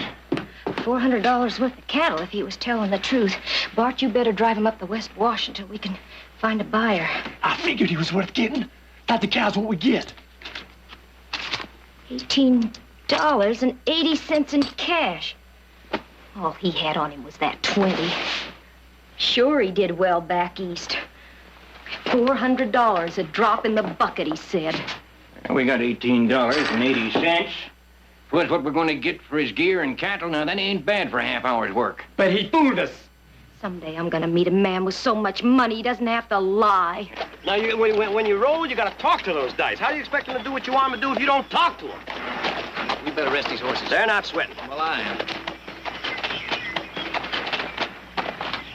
I never once heard you say, come on, dice. Make it, and I'll get you some new spots. Nick, them squares are made out of ivory. They can't hear a word you say. All right, and how come I'm a $3,100 winner? You cheat. I play the winning streak. Play the winning streak. You can't win, you can't win. You can't lose, you can't lose. You look over there. Look over there. See that little rabbit? You see him? You see him? Yeah, I see him. Well, now, I'll bet you $10 when I holler, he's gonna spook to the right. Huh? Huh? No bet. No. There, see that? Now, when was the last time you saved $10 so easy? It must have been 15 or 20 minutes ago, when I didn't take that bet on whether them stupid bird's nests had pink eggs or blue eggs. You want to camp here? I got some hooks. We'll see how lucky you are with these traps. Oh, no. I can afford a hot meal. Oh, by the way, where was that place old Dace was going to meet us yesterday? Bleak House up by Newman's Crossing. Oh, now, why can't we stay there the night? Get up, have a fresh start in the We're morning. only 6 hours from home, Nick. We'll be in there before midnight. Tell you what, we'll flip for it. Heads we go to Bleak House, tails we go on home. Not a chance. But I'll bet you the food is lousy. 50 cents it isn't.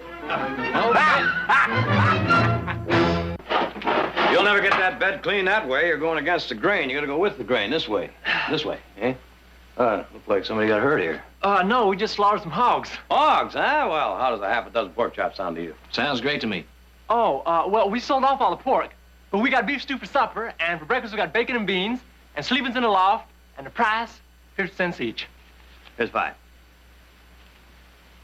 Well, I ain't got change for $5. Oh, that's all right. You take it.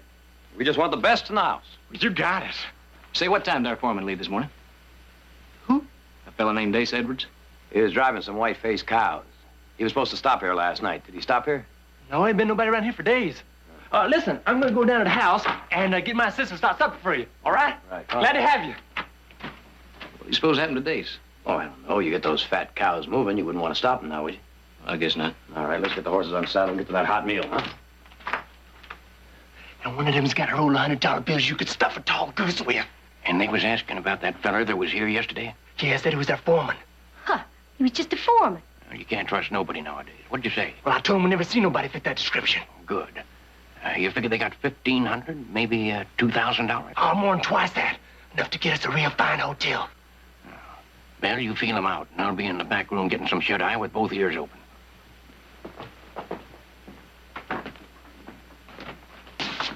Howdy. Come on in. Just make yourselves at home. Got the pot boiling, pork cider whiskey, Bill, they're paid.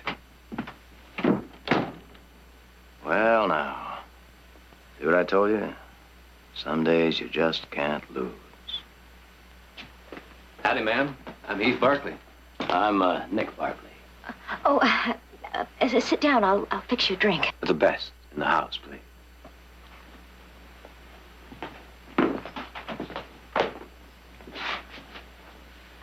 Are you the Stockton Barkleys? Yes, ma'am. Hope you gentlemen are hungry. Do you like beef stew? You make it, I'll guarantee it.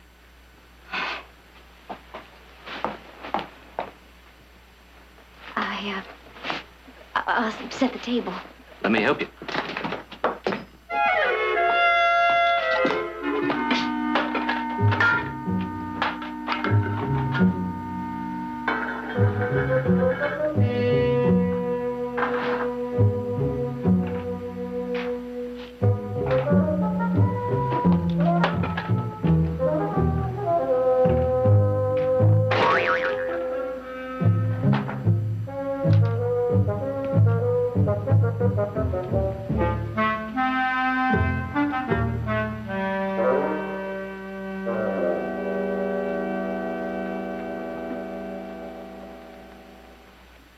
It's your move, Mr. Barkley. Nick.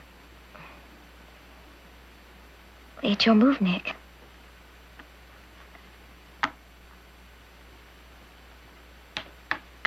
That wasn't a very good move. Make it hard for a fellow to concentrate. Do you get by here very much? No, not ordinarily. This may prove to be my favorite route to Fresno. I hope so.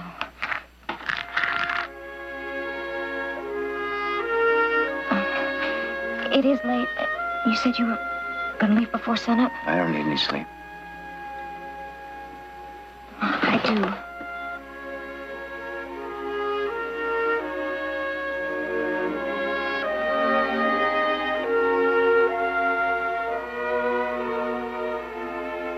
Next time. It might be sooner than you think.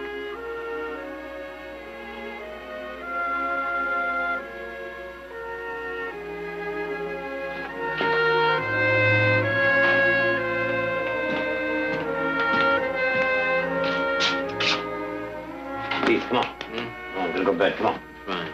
Come on, we're gonna go to sleep. Get up.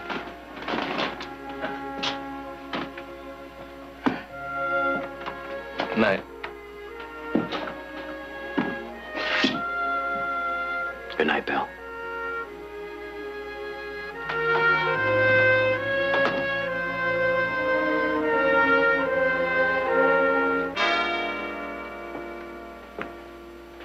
I got a feeling he just might be coming back. I hope so. Daddy, you let him get away. Those are Stockton Barkley's, boy. Too rich, too many friends, too many folks expecting them back. All that money. We tempted fate when we killed their foreman. Besides, that black-haired one, he sparked the bell. They all do. We might build this into something permanent.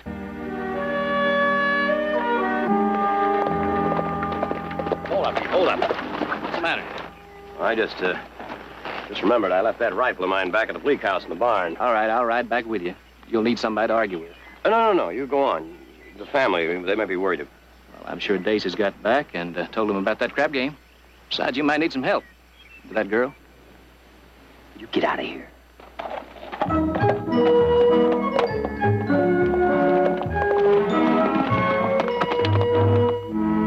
Sure? I saw him with my own eyes. Jared, that's terrible. Well, the prodigal returns. I live and got me down. What's so terrible? They found 3 more bodies in the North Jetty. 3 more? That makes 9 in the past 2 months. Any identification? Not unless you want to count their skulls being crushed in like all the others. We were beginning to worry about you. You were supposed to be here yesterday. Well, didn't Dace tell you we'd be late? Dace? We sent him ahead with a Hereford. Well, he isn't here. Well, they should have got here yesterday. Maybe you and Nick better double back, see if he's in any trouble. Well, Nick isn't with me. What do you mean? Well, he left his rifle at the place we stayed at last night and rode back to get it. Oh, well, then he'll be here in a few hours. Well, not exactly. You see, he left a girl there also. Oh? Not anything to worry about, though, because Nick's riding a winning streak. But if Dace doesn't show up in a couple hours, I'll ride back and check on him. Good. What's for lunch?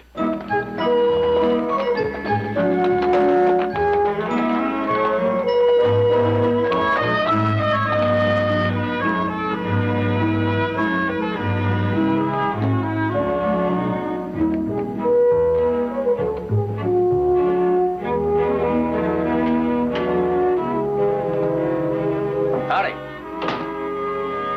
Told you I'd be back sooner than you thought. I didn't expect you back so soon. Well, I forgot my rifle. Listen, a man who sits a horse the way you do could ride 5 feet without noticing an empty rifle boot. Well, as a matter of fact, I was just about all the way home, and I remembered I'd stuck it under some hay in the corner of the barn here. Many hands make light work. Here, I'll get that. Thank you. Aren't you afraid you'll disappoint a lot of beautiful, rich young ladies up in Stockton? Well, if there were that many beautiful young ladies up in Stockton, I wouldn't have to take my rifle out of the boot in the first place. Besides, none of them are as pretty as you. Mr. Barkley! Mr. Barkley's here! Look, why don't you come on over here and sit down and make yourself comfortable? Bob, Mr. Barkley forgot his rifle. Why don't you get him some coffee? You're going to be staying the night, Mr. Barkley. Well, there's big doings in town tonight. There's a barn dance. Bill, you tell him about the barn dance. There's a barn dance. Oh. Well, would you do me the honor of your company? You can wear your flowered dress. Have you had lunch? No, Bill, why don't you fix a picnic basket? It's kind of warm around here, and it's nice and cool in that grove down by the river. Ain't nothing too good for our starboarder, Mr. Barkley.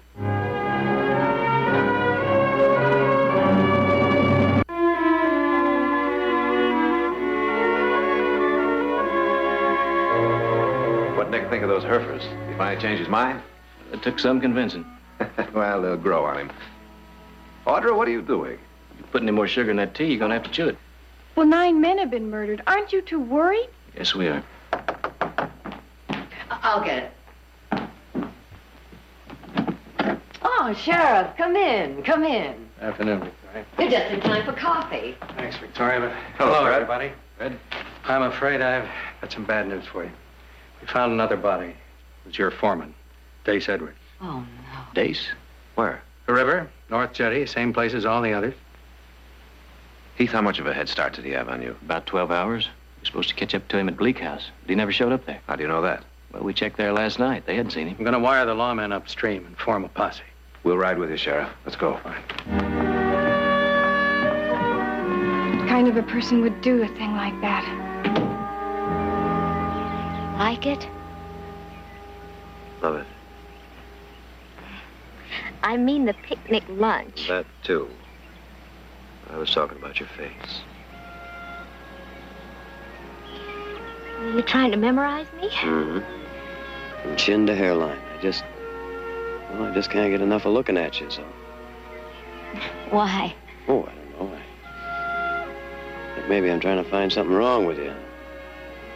Very difficult. But you found something? Hmm. Those blue eyes. I bet a man could drown in those blue eyes. I never thought anyone would notice. Well, you have a defect, too. I do. Where? Your forehead. Your hair keeps falling down on it.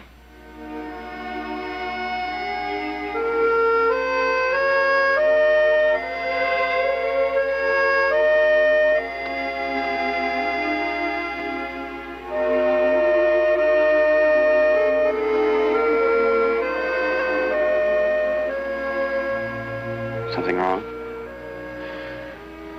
You kissed me like I was somebody. You are somebody to me, Belle. Somebody very special. Don't talk that way. And don't feel that way. Let's just live here now.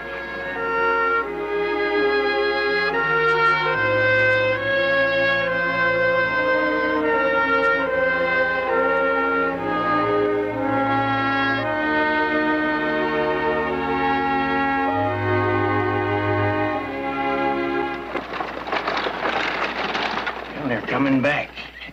Been gone just about the right amount of time.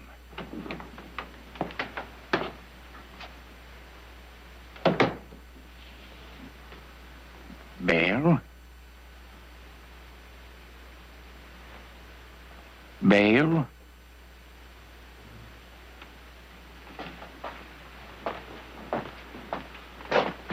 How did it go? It was just wonderful, Pa. You still got that money on him? Bart. Well, Daddy, she's got a funny look to her I ain't never seen before. Well, it ain't the kind of look you're ever like to understand. Well, would you mind waiting outside? I want to take a bath. Well, don't throw the water out when you're finished. Bart's going to use it. Daddy, do I have to? I'd appreciate it.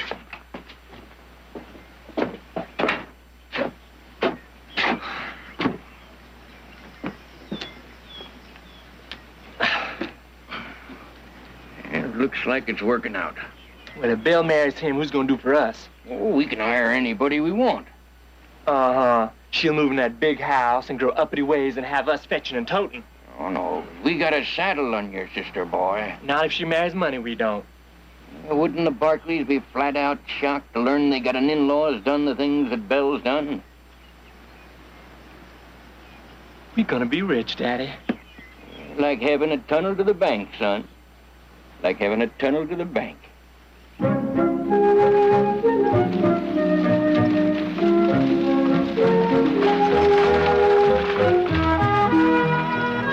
What was she like? Who? First girl you ever in love with? Oh, that one. She was a most unusual girl. She like me? Oh, very different from you. Very different. Sure. Mm-hmm. Yeah. A darker complexion, a little shorter, a little skinnier. But then again, so are all Paiute Indian girls at the age of 11. Oh, now you're making fun of me. I'm sorry. I didn't mean to pry. Oh, I just suddenly feel I need to know everything about you. Do you have a middle name? Mm-hmm. Nicholas Jonathan Barkley, ma'am, at your service. Well, what about you? Where are you from? Your father and brother sound like they're, up around Missouri, Kansas way. In Missouri. Mm-hmm. Whereabouts in Missouri? Oh, it's a place you never would have heard of. What's I mean? Clay County. Clay County, Missouri. Seems I have heard something about that. Oh, no. Just a little place, nothing ever happened there. Well, I don't know about that. You were born there, weren't you? All right, enough about your past. Do you have any idea about your future? Tell me. Tonight, right after that barn dance, when we're all alone, do you know what I'm going to do? No. I'm going to buy us 2 steaks about 1 inch thick and 2 bottles of wine at the best restaurant in town.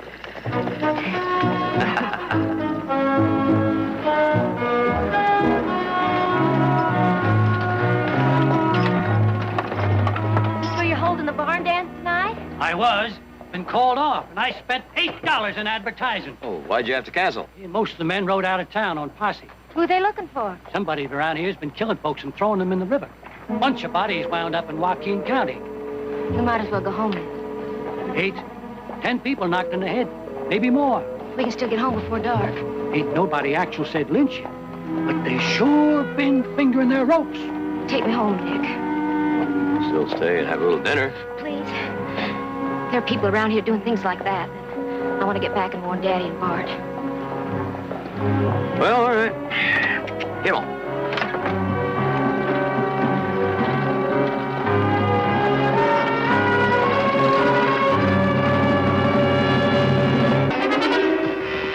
This is where we found the bodies, and this is where we'll split up. Check every house upstream, both sides of the river. Ken, Baines, take the Laughlin place. The old man and his wife are over 70, but check it out anyway. DeCoven, Herm, take the Stearns place, also look in on the Hubbles. Next up would be Bleak House. Jed, now take that one. That covers 20 miles. By that time, we ought to be meeting up with the Lathrop posse. All right, let's move out.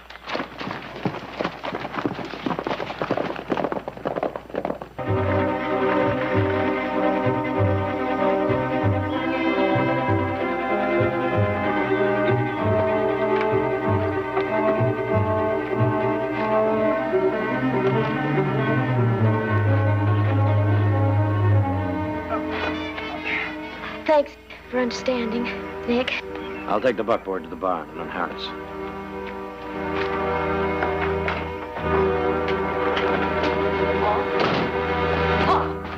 Paul, wake up. Wait, and listen to me. Get up. Now listen to me. We gotta get away from here. There's a posse and they're talking lynch. Those bodies we threw in the river didn't stay underwater. They found a whole lot of them. How are they going to trace them to us? When they can't trace them any further upstream than this, they're gonna start poking around here. There's nothing to tie us in. It's bound and narrowed down to us, Bart. Now, do you want to take that chance? Yeah, hush. Where's that Barkley fella? Out in the barn and harnessing. What's he going to think if he sees us riding out like this? A man hit in the head with a hammer don't think nothing. With that money of his, we can buy us a whole lot of distance. Nothing happens to him. Oh, Pa, don't you understand? For a few hours, I had everything I ever dreamed of. Right here in my hands. And my hands were clean. And it wasn't all yesterday's. It was tomorrow's. Belle. Oh, Pa, why does everything we touch turn to mud? He was a nice young fella. If we move on, there's going to be other ones. Not like this one. So what are we supposed to do about him? He's a loss. We tap him on the head, and we send him downstream. No! Downstream. You've got an idea. Found all the bodies downstream. What if they was to find one with its head bashed in upstream? Why, sure take the curse off on us. Well, where are we gonna find a body? In the barn. Unharnessing. And with a pocket full of money. I told you, Pa, no. No. Well, whatever's going between you and Nick Barkley's past working. He fills our needs like nobody else can. And then we can stay here and build our big hotel. We ain't ever gonna have that big hotel. We won't ever have anything. Maybe. But it beats swinging from the end of a rope. You just move him into the right spot in front of the canvas. And we won't have to explain anything to anybody. We can stay here. We'll have a lot of money and be just as pure as a morning dew. I won't do it. Listen to me. You ain't never disobeyed your daddy before, and you ain't gonna start now. You hear me? You got no choice. It's him or us. He's coming. You better listen to Daddy. I brung us this far, and I'm gonna take us all the way. You just tell him we rode out to join that posse. Let him in, Belle. Let him in.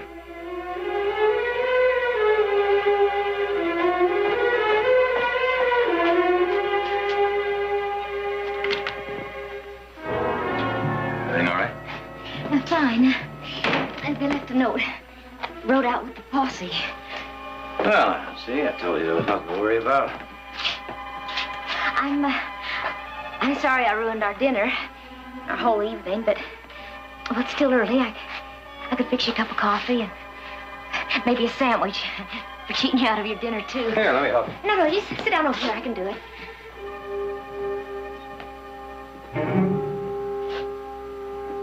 Oh. I realize how tired I am. Lean back there and relax.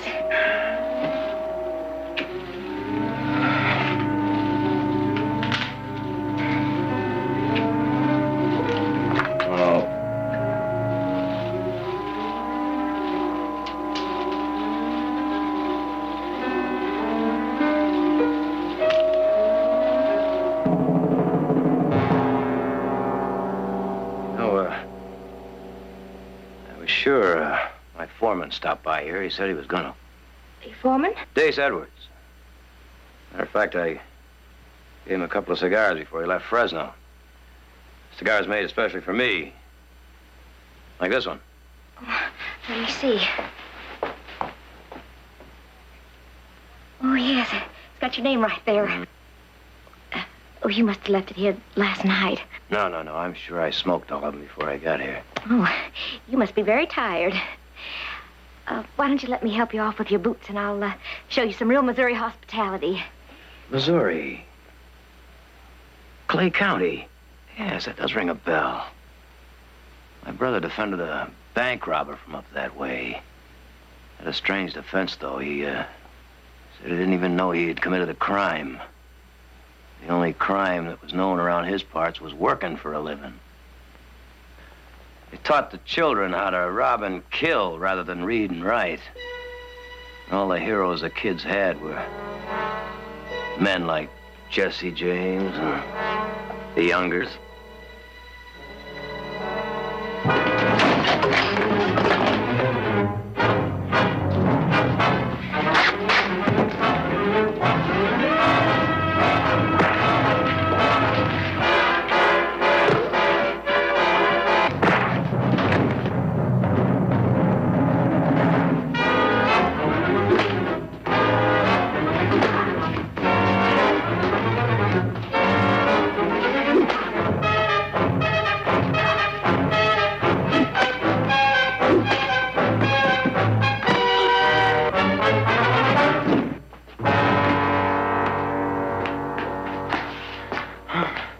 You dead?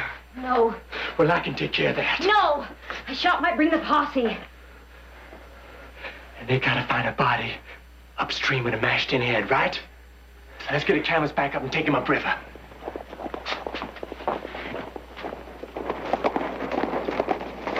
Get the posse? No, it's just as bad, though. Heath Barkley and some other man.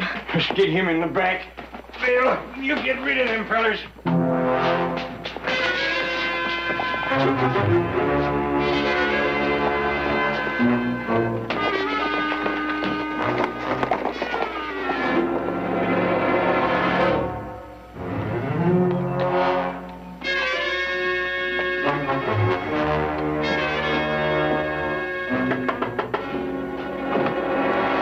What, Mr. Barkley? Afternoon, Belle. This is my brother, Jared. Looking for Nick. I suppose he's out back. No, he isn't here. He did come back at noon to get his rifle, and then he went right back to Fresno. Well, he's a forgetful one. Sorry to bother you. Pleasure, miss. I wonder why she lied. That was Nick's horse we saw in the pasture. I don't know. Let's ride out a ways and double back, huh? Right.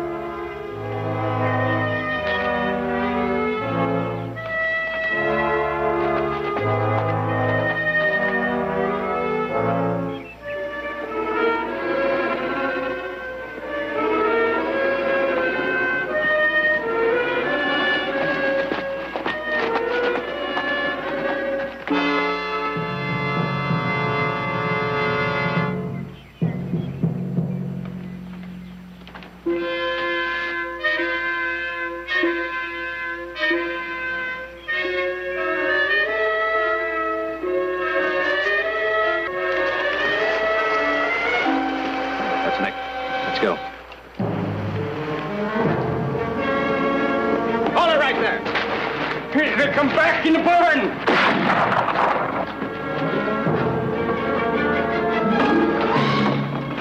Daddy, what we gonna do? You ever thought about dying, son? No when I can help it. Oh, Pa, it's no use. We ain't gonna quit, Belle. I ain't never lost a fight yet. Gun beats hanging 8 ways from Sunday. You got the guts for it, boy. I'm ready.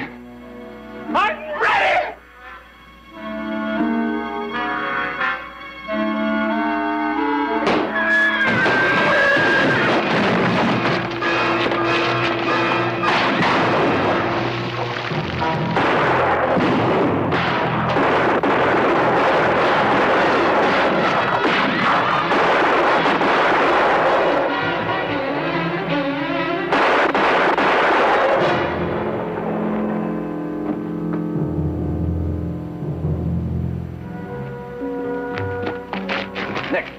Nick, are you all right? Where are they? Huh? Take it easy. Take it easy, Nick. Where's Belle? She's in the barn. I'll get her. I'll get her. Sure you're all right? I said I'll get her.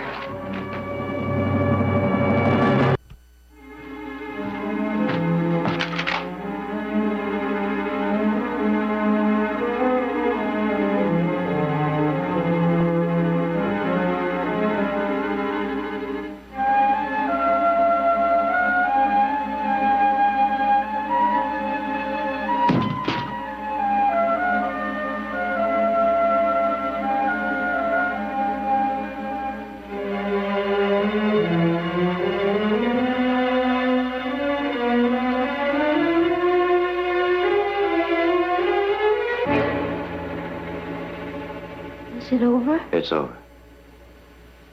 I wasn't going to let him hurt you, Nick. I wasn't going to let him go through with it. Just sit back, Nick, and relax. Lean back, Nick. Don't. Sorry, Bill. You did love me, didn't you? Well, no, I'm not sorry about that. It's everything else.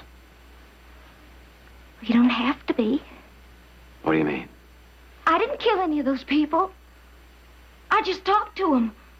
Pa and Bart is the ones that killed them. How many people, Bill? I don't know, 15, 16, I don't know. And you just stood there and let it go on, huh? They'll hang me, Nick. Unless you help me get away.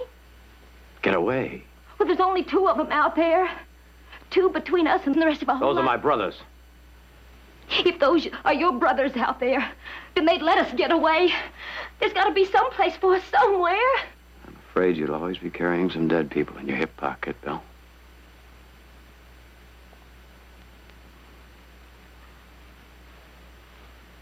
I wasn't born 22 years ago. I was born this afternoon in a grove down by the river. The doctor that delivered me said that a man could drown in my eyes. And then he kissed me.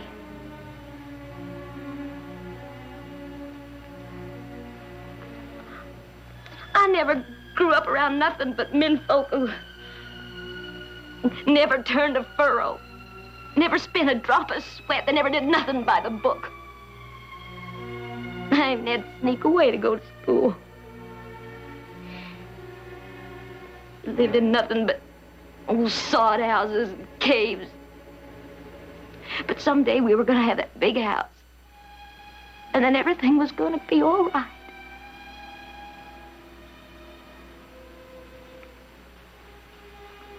Come on, Bill. Waiting for us.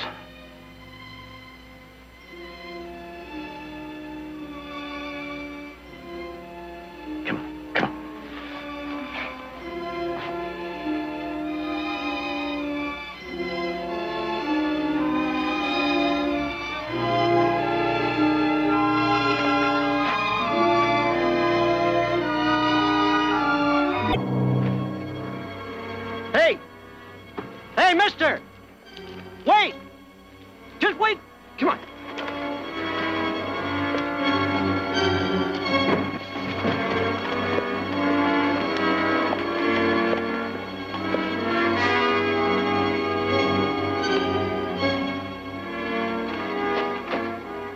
Hey, mister. You hurt? Would you get thrown or something? Look, I better get you into town. Right, now, don't move. You just lie still. I'll bring my horse over closer.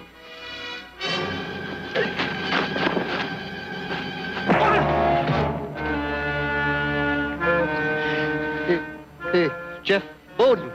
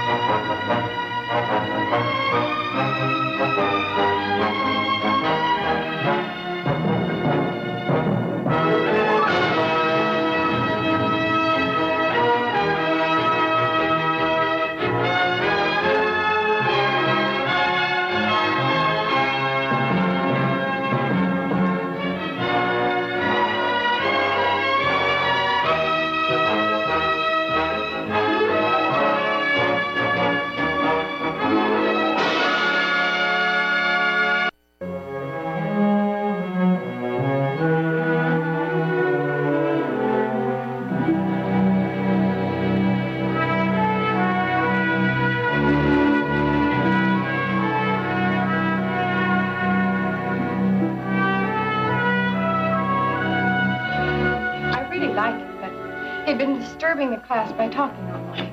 So finally I said to him, all right, Ollie, stand up. Morning, Mother. Morning. Good morning. I gather you're talking about Ollie Jameson. Who else? From what I gather, I hear he could give a honey bear lessons in mischief. Yes, he could. Anyway, I'd warned him about talking at least a half a dozen times. And finally I said, Ollie, suppose you'd had to take Mrs. Devon's place. Suppose you were the substitute teacher. What would you do? You know what he said? He said, I'd send me home. Jared, that's supposed to be funny. Oh, never mind, darling. This is one of Jared's I've got so much on my mind mornings. Well, as a matter of fact, I do. Meaning Jeff Bowden. Jared, that's over. You should forget it. It's not easy to forget the deputy taking him off to prison last night. They'll try and keep him there the rest of his life. He killed a man. He could have been hanged. With any other attorney, he would have been. I think you did very well by him, Jared. The operation was successful, but the patient died. Oh. Jared, there was an eyewitness. I don't believe that eyewitness. I think he was carried away like everybody else. Good morning. Uh-oh. It's just a very long card game. I'll just have coffee, thank you. Those quit claim papers have to be signed today? Uh-huh. I have to record them in the morning. Come in early, will you, Nick? I want to get started with the Bowden appeal. Are you still harping on that? He's still on that. And still blaming himself? Well, it's all pretty cut and dried to me. Bowden was tried by judge and jury, the whole pot of beans. Could I have some more coffee, please? It was trial by hysteria, Nick.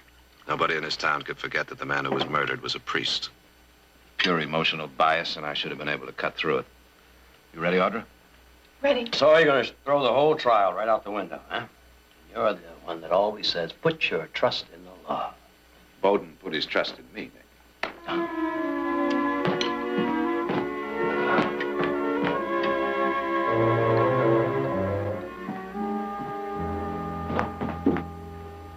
You know something? I think that Ollie Jameson is a pretty lucky kid. Oh? Why? Well, he has about the sweetest and the prettiest teacher in all of California. Thank you. You know, when I was a kid, we once took a vote on who the prettiest teacher was. And you know who won? Who? Nobody. I don't believe that. Well, you should. You know, I'm pretty lucky, too. Why is that? Because I have a brother like you. Well, now, what brought that up? Oh, the way you fought for Jeff Bowden. The way you're still fighting. What's this? I thought you were on the other side. I can't believe that he's innocent, Jared. But it makes me proud that you care. That you're so worried. Angry might be a better word, Audra. What I consider a monumental mistake. But Mr. Becker saw him run from the church. Mr. Becker thought he saw him run because he wanted to see him run. Why? Maybe to make himself more important. Who knows? Enough to send a man to prison? It wouldn't be the first time it's happened. Get up.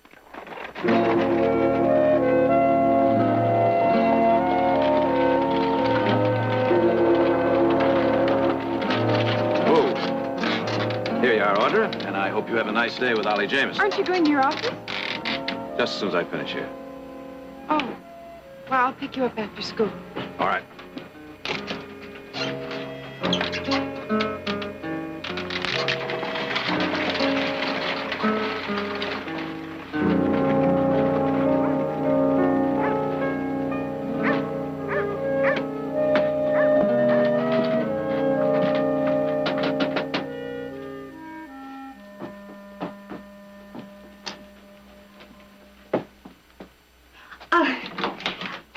Mr. Barkley, come in. Mrs. Haley? Oh, Mrs. Bowden will sure be pleased to see you. How is she? Well, she ain't been too happy.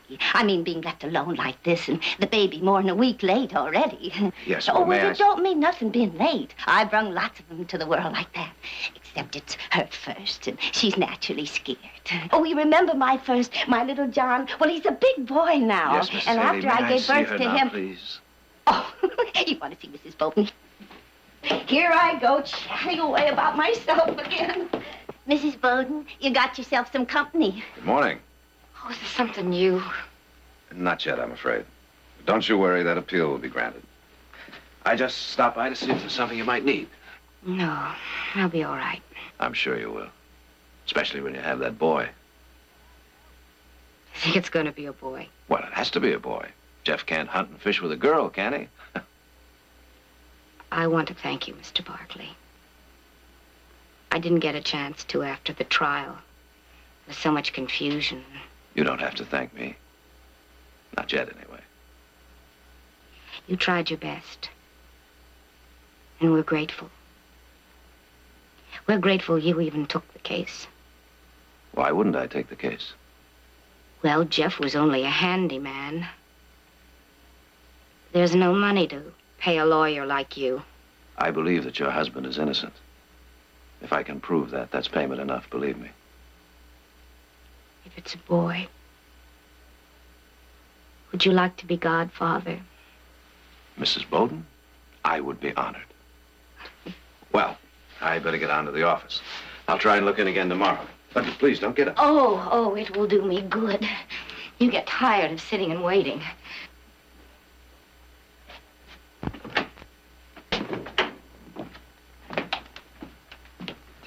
I'm looking for Jeff. Is he here? What happened? He got away from the marshal, and this morning up on the North Road, he jumped Walt Tenner, grabbed his horse and gun. Walt followed his tracks for a ways. He said they headed straight for town. Sorry, Mrs. Bowden. We'll have to search the house. Alec. Marty? Yes, sir.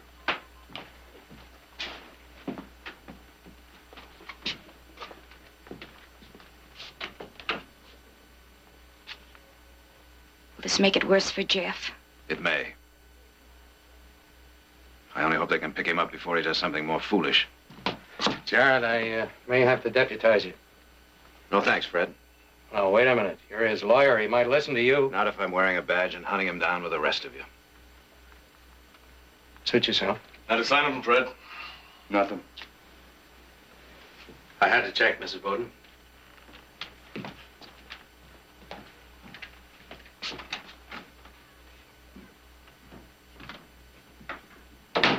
Mrs. Haley, if Jeff does come here, you let me know right away, understand? Now, the most important thing is that you keep him here, talk to him, make him understand that he's only hurting himself. And we've got to stop him from making things worse. Mr. Barkley, help him. I will if he gives me the chance.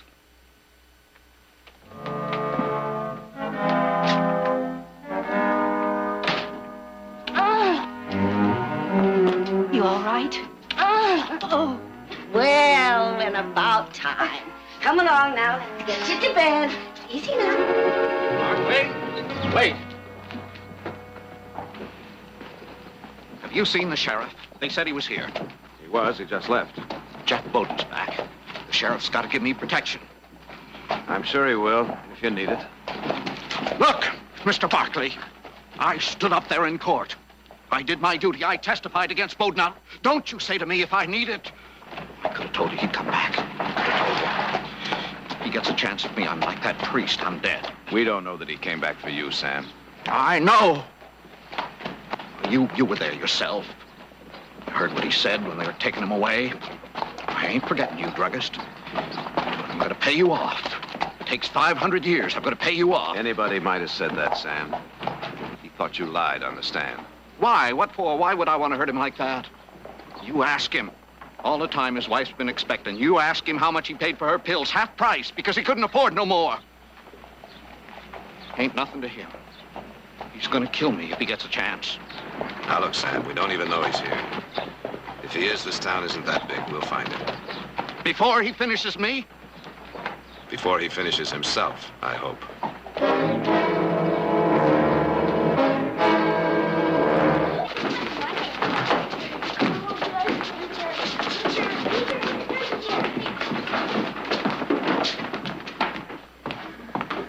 Hello, Stevie. How are you? I'm fine, Miss Barkley, except I can't run around this morning. On account of this new jacket I got from Pa. It's very handsome. Are you feeling better? Huh? Well, you were out all week. I thought you were sick. Oh, no, ma'am. I've been running the store. I don't mean rolling pills and such. Just watching while Pa was in court. I see. Pa wouldn't just leave the drugstore like that. Only they said he had to go. He had to stand up in court and tell what he saw. Of course. But looks like he won't have to go no more. They took Jeff Bowden away last night, and Pa says he ain't never gonna come back. Stevie, why don't you take your beautiful new jacket and hang it up before it gets dirty? Yes, Miss Barkley. Ollie, would you close the front door, please? Yes, ma'am.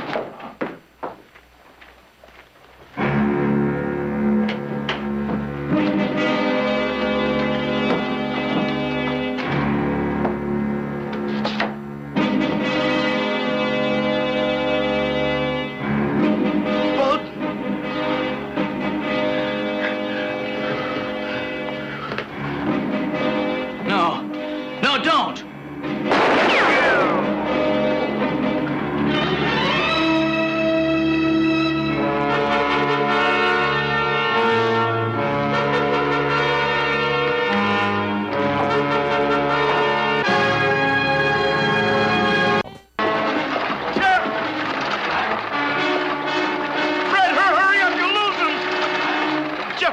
He just tried to shoot me. You sure it was Bowden? Over at my place. He just missed me that much. All right, Marty, Alec, you both check the alley, check every store, every house, everything. Come on, let's go. Hodges, Lavery, take Newbury Street, both sides. You two take Pierce Avenue, and the rest of you take the river. Fred. Yeah? You got another badge? Change your mind? Maybe you were right. He might listen to me. Good. We'll check Lawton Street.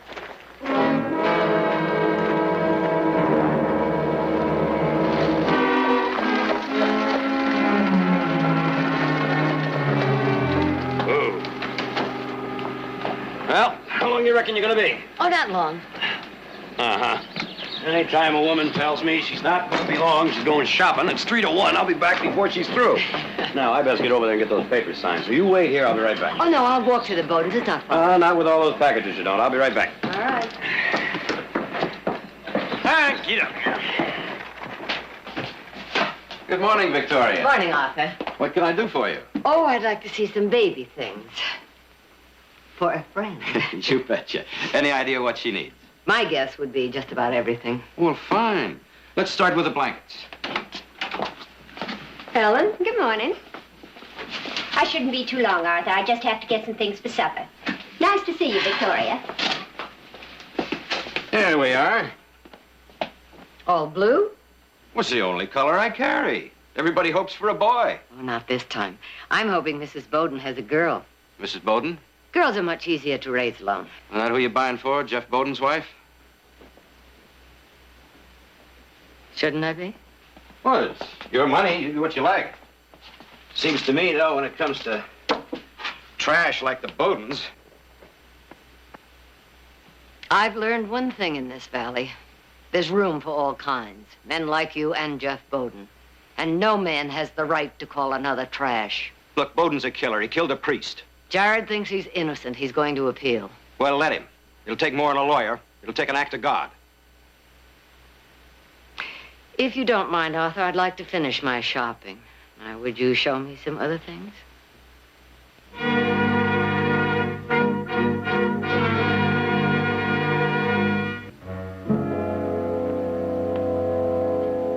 Oh, Miss Audra. I see it, Ollie.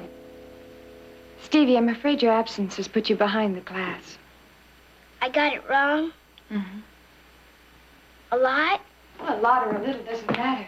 In arithmetic, you have to be perfect. 5 and 4. 9. And 3. 12. And 7. 18. And 19. Sometimes second guesses are better. Sorry, Miss Barkley, we had to look in. We're after Jeff Bowden.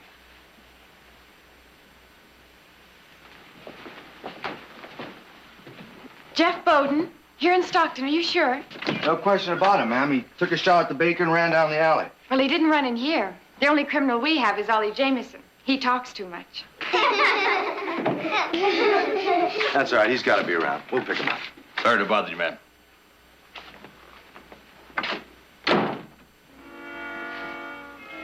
Shall we go on? Stevie, there's no reason to be frightened. But he came back to kill Pa. Now, that's a silly idea. On account of Pa talked against him in court. He isn't going to hurt your father. He isn't going to hurt anyone.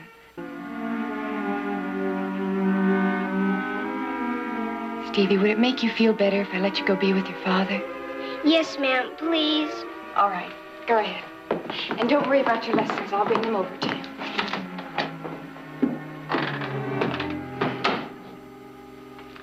Well, now, who would like to finish the blackboard exercises?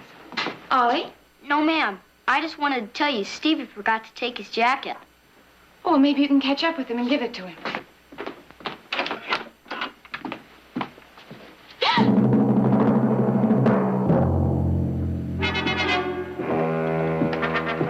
Jared?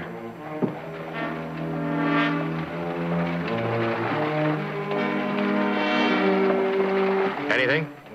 Not so far. You take the rest of the street alone if you don't mind. I think I better get back in case some of the others get lucky. All right, Sheriff. Jared, you knew him better than anyone. You any idea who might be hiding him out? No, Sheriff, I haven't. All right.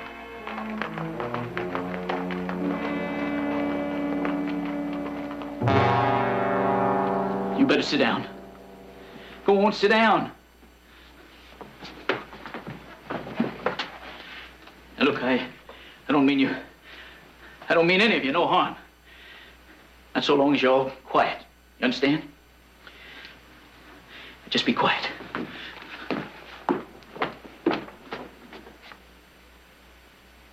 You're not thinking of hiding here, are you? You got someplace better? Now, look, it wasn't my notion to hole up in here, but I didn't have no time to pick and choose, you understand? Or to think about the children if there's any shooting.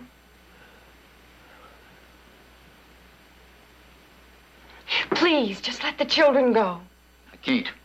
Now, I can't take that chance.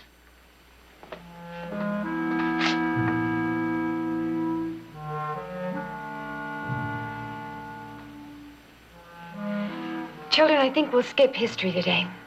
Why don't we draw? Let's get out our slates.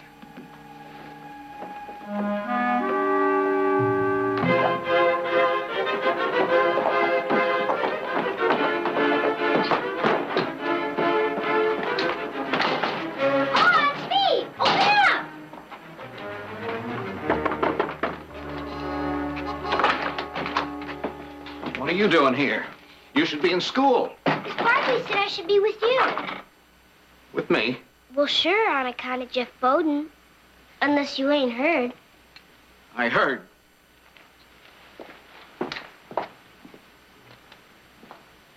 Pa, you got any notion why he came back? I wouldn't hardly know. Here, let's call this a little pay on account. Pay for what? There's a couple of cases in the back room. As long as you're here, you might as well get them unpacked. Sure, Pa.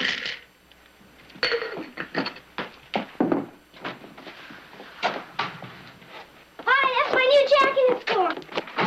Stevie. Steve, wait a minute. It's almost time for the children's recess. People are used to seeing the children outside.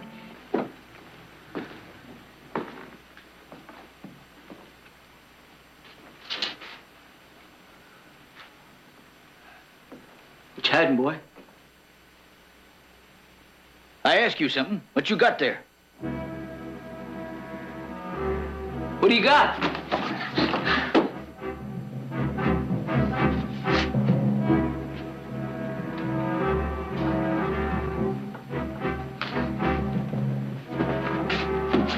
Even the kids.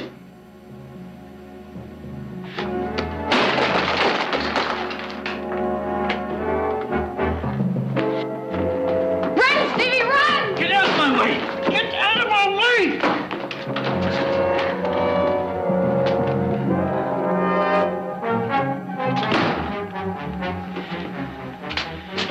That was the druggist kid.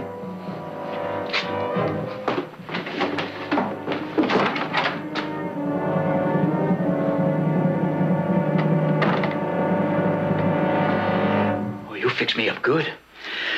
You fix me up just fine.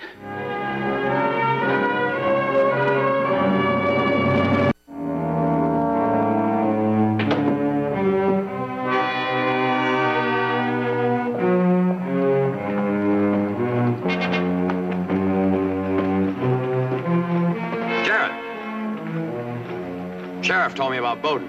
Think he come back here to kill Sam Becker? I hope not, Nick. Now, don't put yourself out on the end of a limb, Jared. You kept him from being hung. What more can you do? Maybe just keep him from hanging himself. I got to report back to Fred. I just best go along.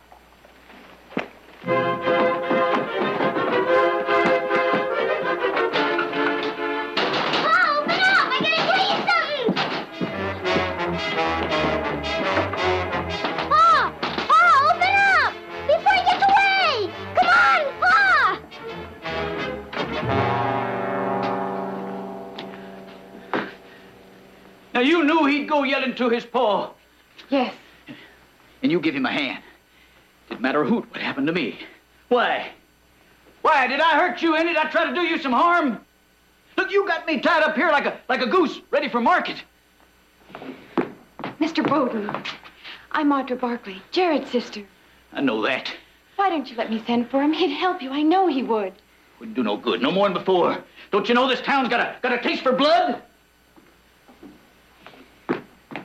They're gonna come after you. They'll have guns. Let the children leave. I'll stay. I can't. I told you I can't. You pick him up? No, but I got a dozen men out looking for him. That's not enough. You need more. Every man you can get. You want to set this whole town in a panic? We pin him down with a bunch of nervous guns. We're going to force him into doing something that maybe we could prevent. He'd kill a mad dog in the street. He killed that priest. That's one man's testimony. You listen to me, Mr. Jared Barkley. Pa! Pa! Pa! Get What is it, Bowden, boy? my son! What? He's in the school! Get Bowden in the school! Round up the others fast.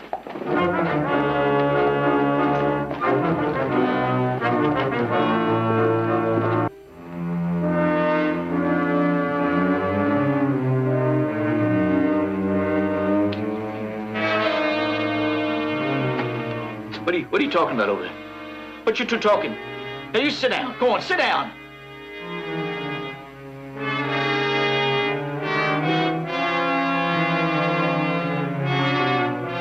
Something out there? What is it? What do you see? I ask you what you see.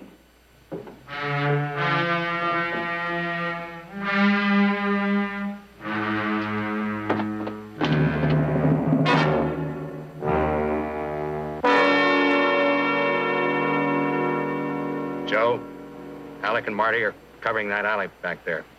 Tell them to stay put till they get the word. Stay put? What for? You got him holed up. He's not the only one in there, Becker. Where's Mother? She's over at Cleaver's getting some baby clothes for the Bowdens. You'd better get back there and take her over to Bowden's yourself. Oh, now, wait a minute. You want her to hear about him being in there with Audra? What good would it do? How soon you going in, Sheriff? Not sure, Nick. It's going to take some figuring. All right, I'll be back.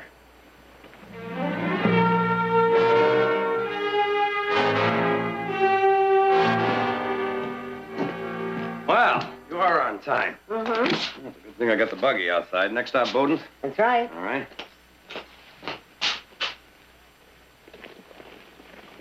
Thank you. I was just thinking, well, maybe I should buy the kids something, too.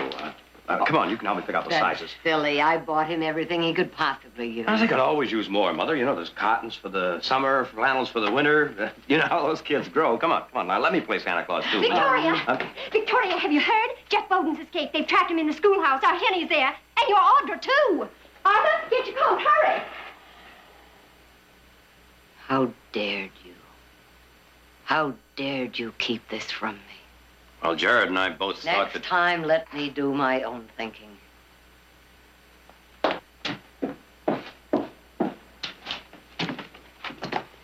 You just gonna stand around thinking? You want Bowden so bad? Bring him out yourself. I'm no hand with a gun. You're real fast with ours. Sam, you can hardly blame him. Your son's out here. His kid's in that school, along with a lot of others. I don't know him nothing. None of 'em. You liked it fine when I told what I knew, when I stood in the court and testified knowing that Bowden would hold a grudge. Well, I done enough of this town. I ain't doing no more. He's a killer. I ain't setting myself up for him. Now, he's there. You gotta get him out. Somebody. Some way. Fred, I think I can get him to come out. No, Jared. He's trapped, and he could be dangerous. Besides, it's not your job. It was my job to keep him from being where he is. Pa, you said... Not now. I'm going in, Fred.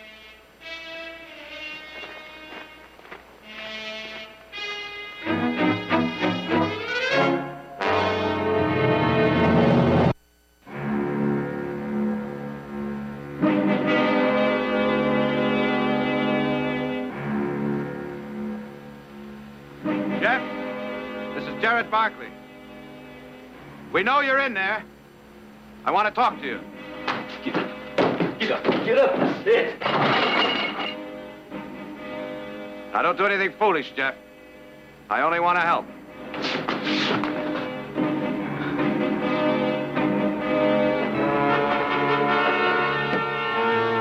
I'm not armed, Jeff. I'm coming in. Why, now you hold it right there. Shut that door.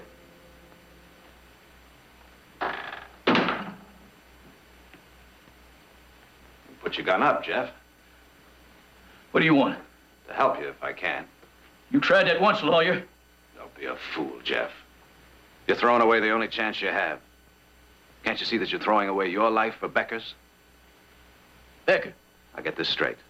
If you kill Becker, a dozen lawyers won't be able to help you. You'll hang. Oh, now, you got it all wrong. That's not it at all. No, you're the one that's mixed up. You know why I come back here? I come back here to see my kid. That's right, see my kid. I've been waiting 12 years. Since the day we was married, 12 years, my wife's been hoping and praying for a young'un to hold in her arms. So we wouldn't be alone in this world. So it would matter to somebody what happened to us. Now, Miss Haley, she said the baby'd be born any minute. And I begged that sheriff to let me wait so I could see my kid, maybe touch him. But he said no. It was out of his hands. I'm sorry, Jeff. I wish you'd spoken to me about it. Nothing you could do. Well, there may be something I can do now. What? If I help you get over to your place so you can see your child, will you give me your word you'll surrender afterwards?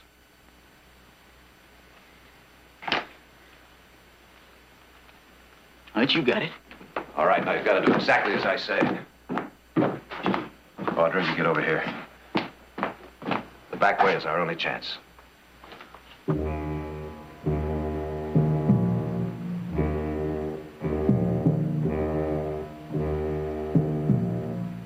Awful quiet. Think we should go in and see? Not yet. Give Jared a chance.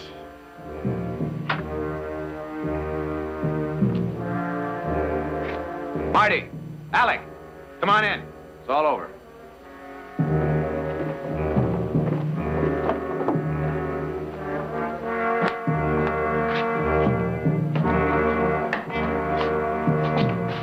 Both of you, put your hands up.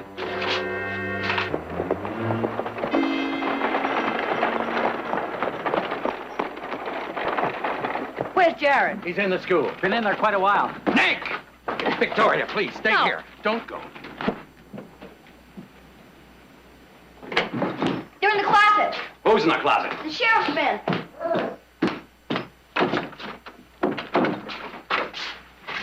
Where's Jared? Bowden put a gun on our backs. With your brother helping. Will somebody tell me what's going on around here? Where'd they go? We went to Bowden's house. Nick, he just wanted to see the baby. Jeff, come on.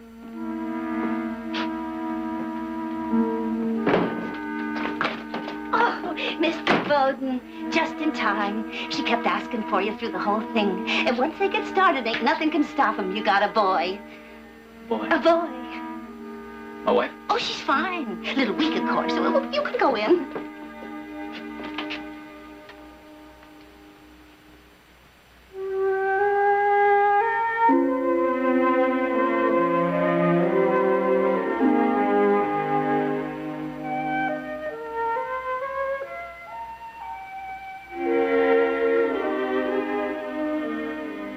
I knew you'd be here. I always promised you. And him,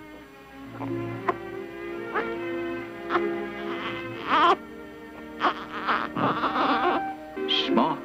Just feel how he holds on. He's gonna have strong hands, just like his pa.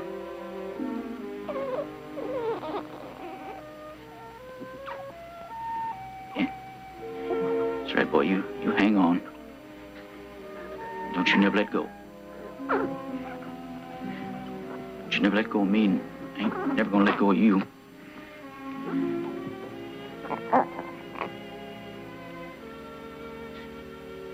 But believe them fingers gonna be big enough someday to hold on to an axe or gun. His pa's gonna show him how. You sure of that?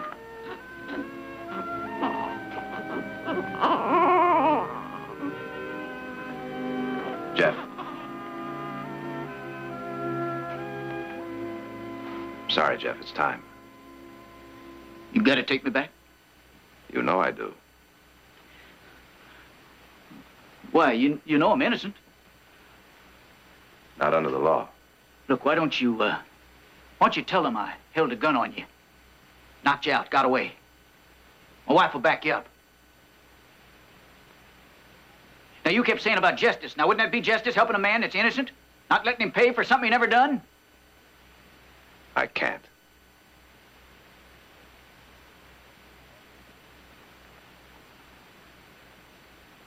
Look, what you want me to do? Rot up there in that jail, not ever see my wife or my kid no more? I want you to give yourself a chance. Give me a chance. Wouldn't do no good no more than before. Look, I know you tried. And I'm thankful to you for it. But you said they wouldn't hold me guilty. They didn't have no case. Well, mister, they didn't want no case. They just wanted to pay somebody off for that priest. Now, I had my fill of the law, Mr. Barkley. I ain't gonna take no more. I'm pulling out. And I'm going with your helping me, or without. Now, what's it gonna be? Without.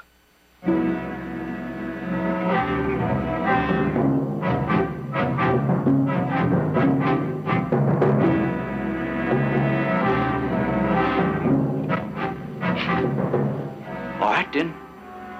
Just don't you stand in my way. Jeff!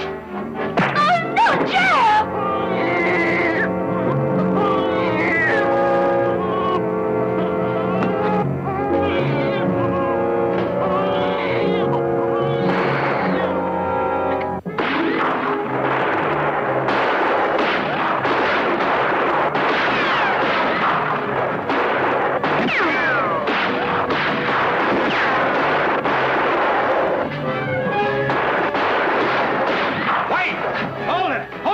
Don't shoot! Let me talk to him. Jeff, you're wrong. You've got to listen to me. You've got a lot to live for now, a lot. Jeff, you've got a son. Now, you can't just think of yourself now. You've got a wife and a family, Jeff, a boy. They need you. Now, come on, Jeff. Give me the gun. You won't be any good to them dead. Come on, I can explain it to the sheriff. Your friend, the sheriff. You had him waiting for me. Jeff, that's not true. You've got to believe me. No more.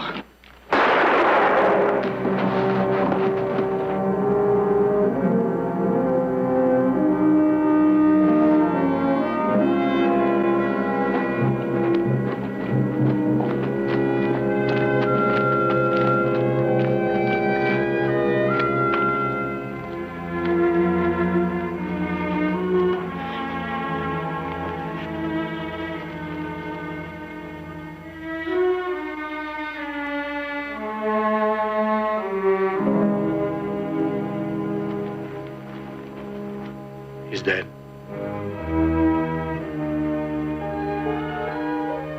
You did the best you could, Jared. We'd best be going on home. It's all over now. It's not over, Nick. Not yet.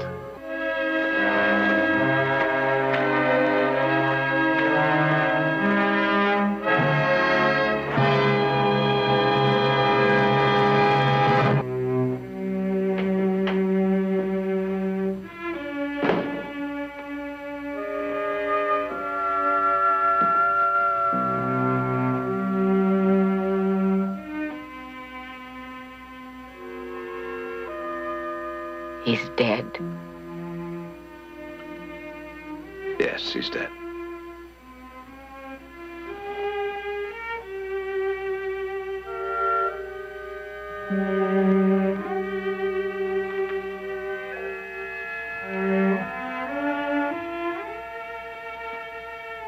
Mrs. Bowden, I thought I knew your husband. Knew him better than any court of law could ever know him. But I was wrong, wasn't I? No. A moment ago, he meant to gun me down. He was trying to get away. The same way he was trying to get away from Father Paul. The truth only matters to me now, Mrs. Bowden. He was like to going out of his mind. Baby coming. And us strapped for money. And Jeff wanting so much for him. And hearing about that money in the church and swearing he was going to get it. He wouldn't listen to me no more than you. Said the church didn't need the money. Grabbed the gun and run out.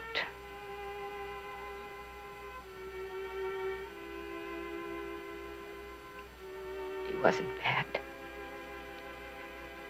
Just desperate was all.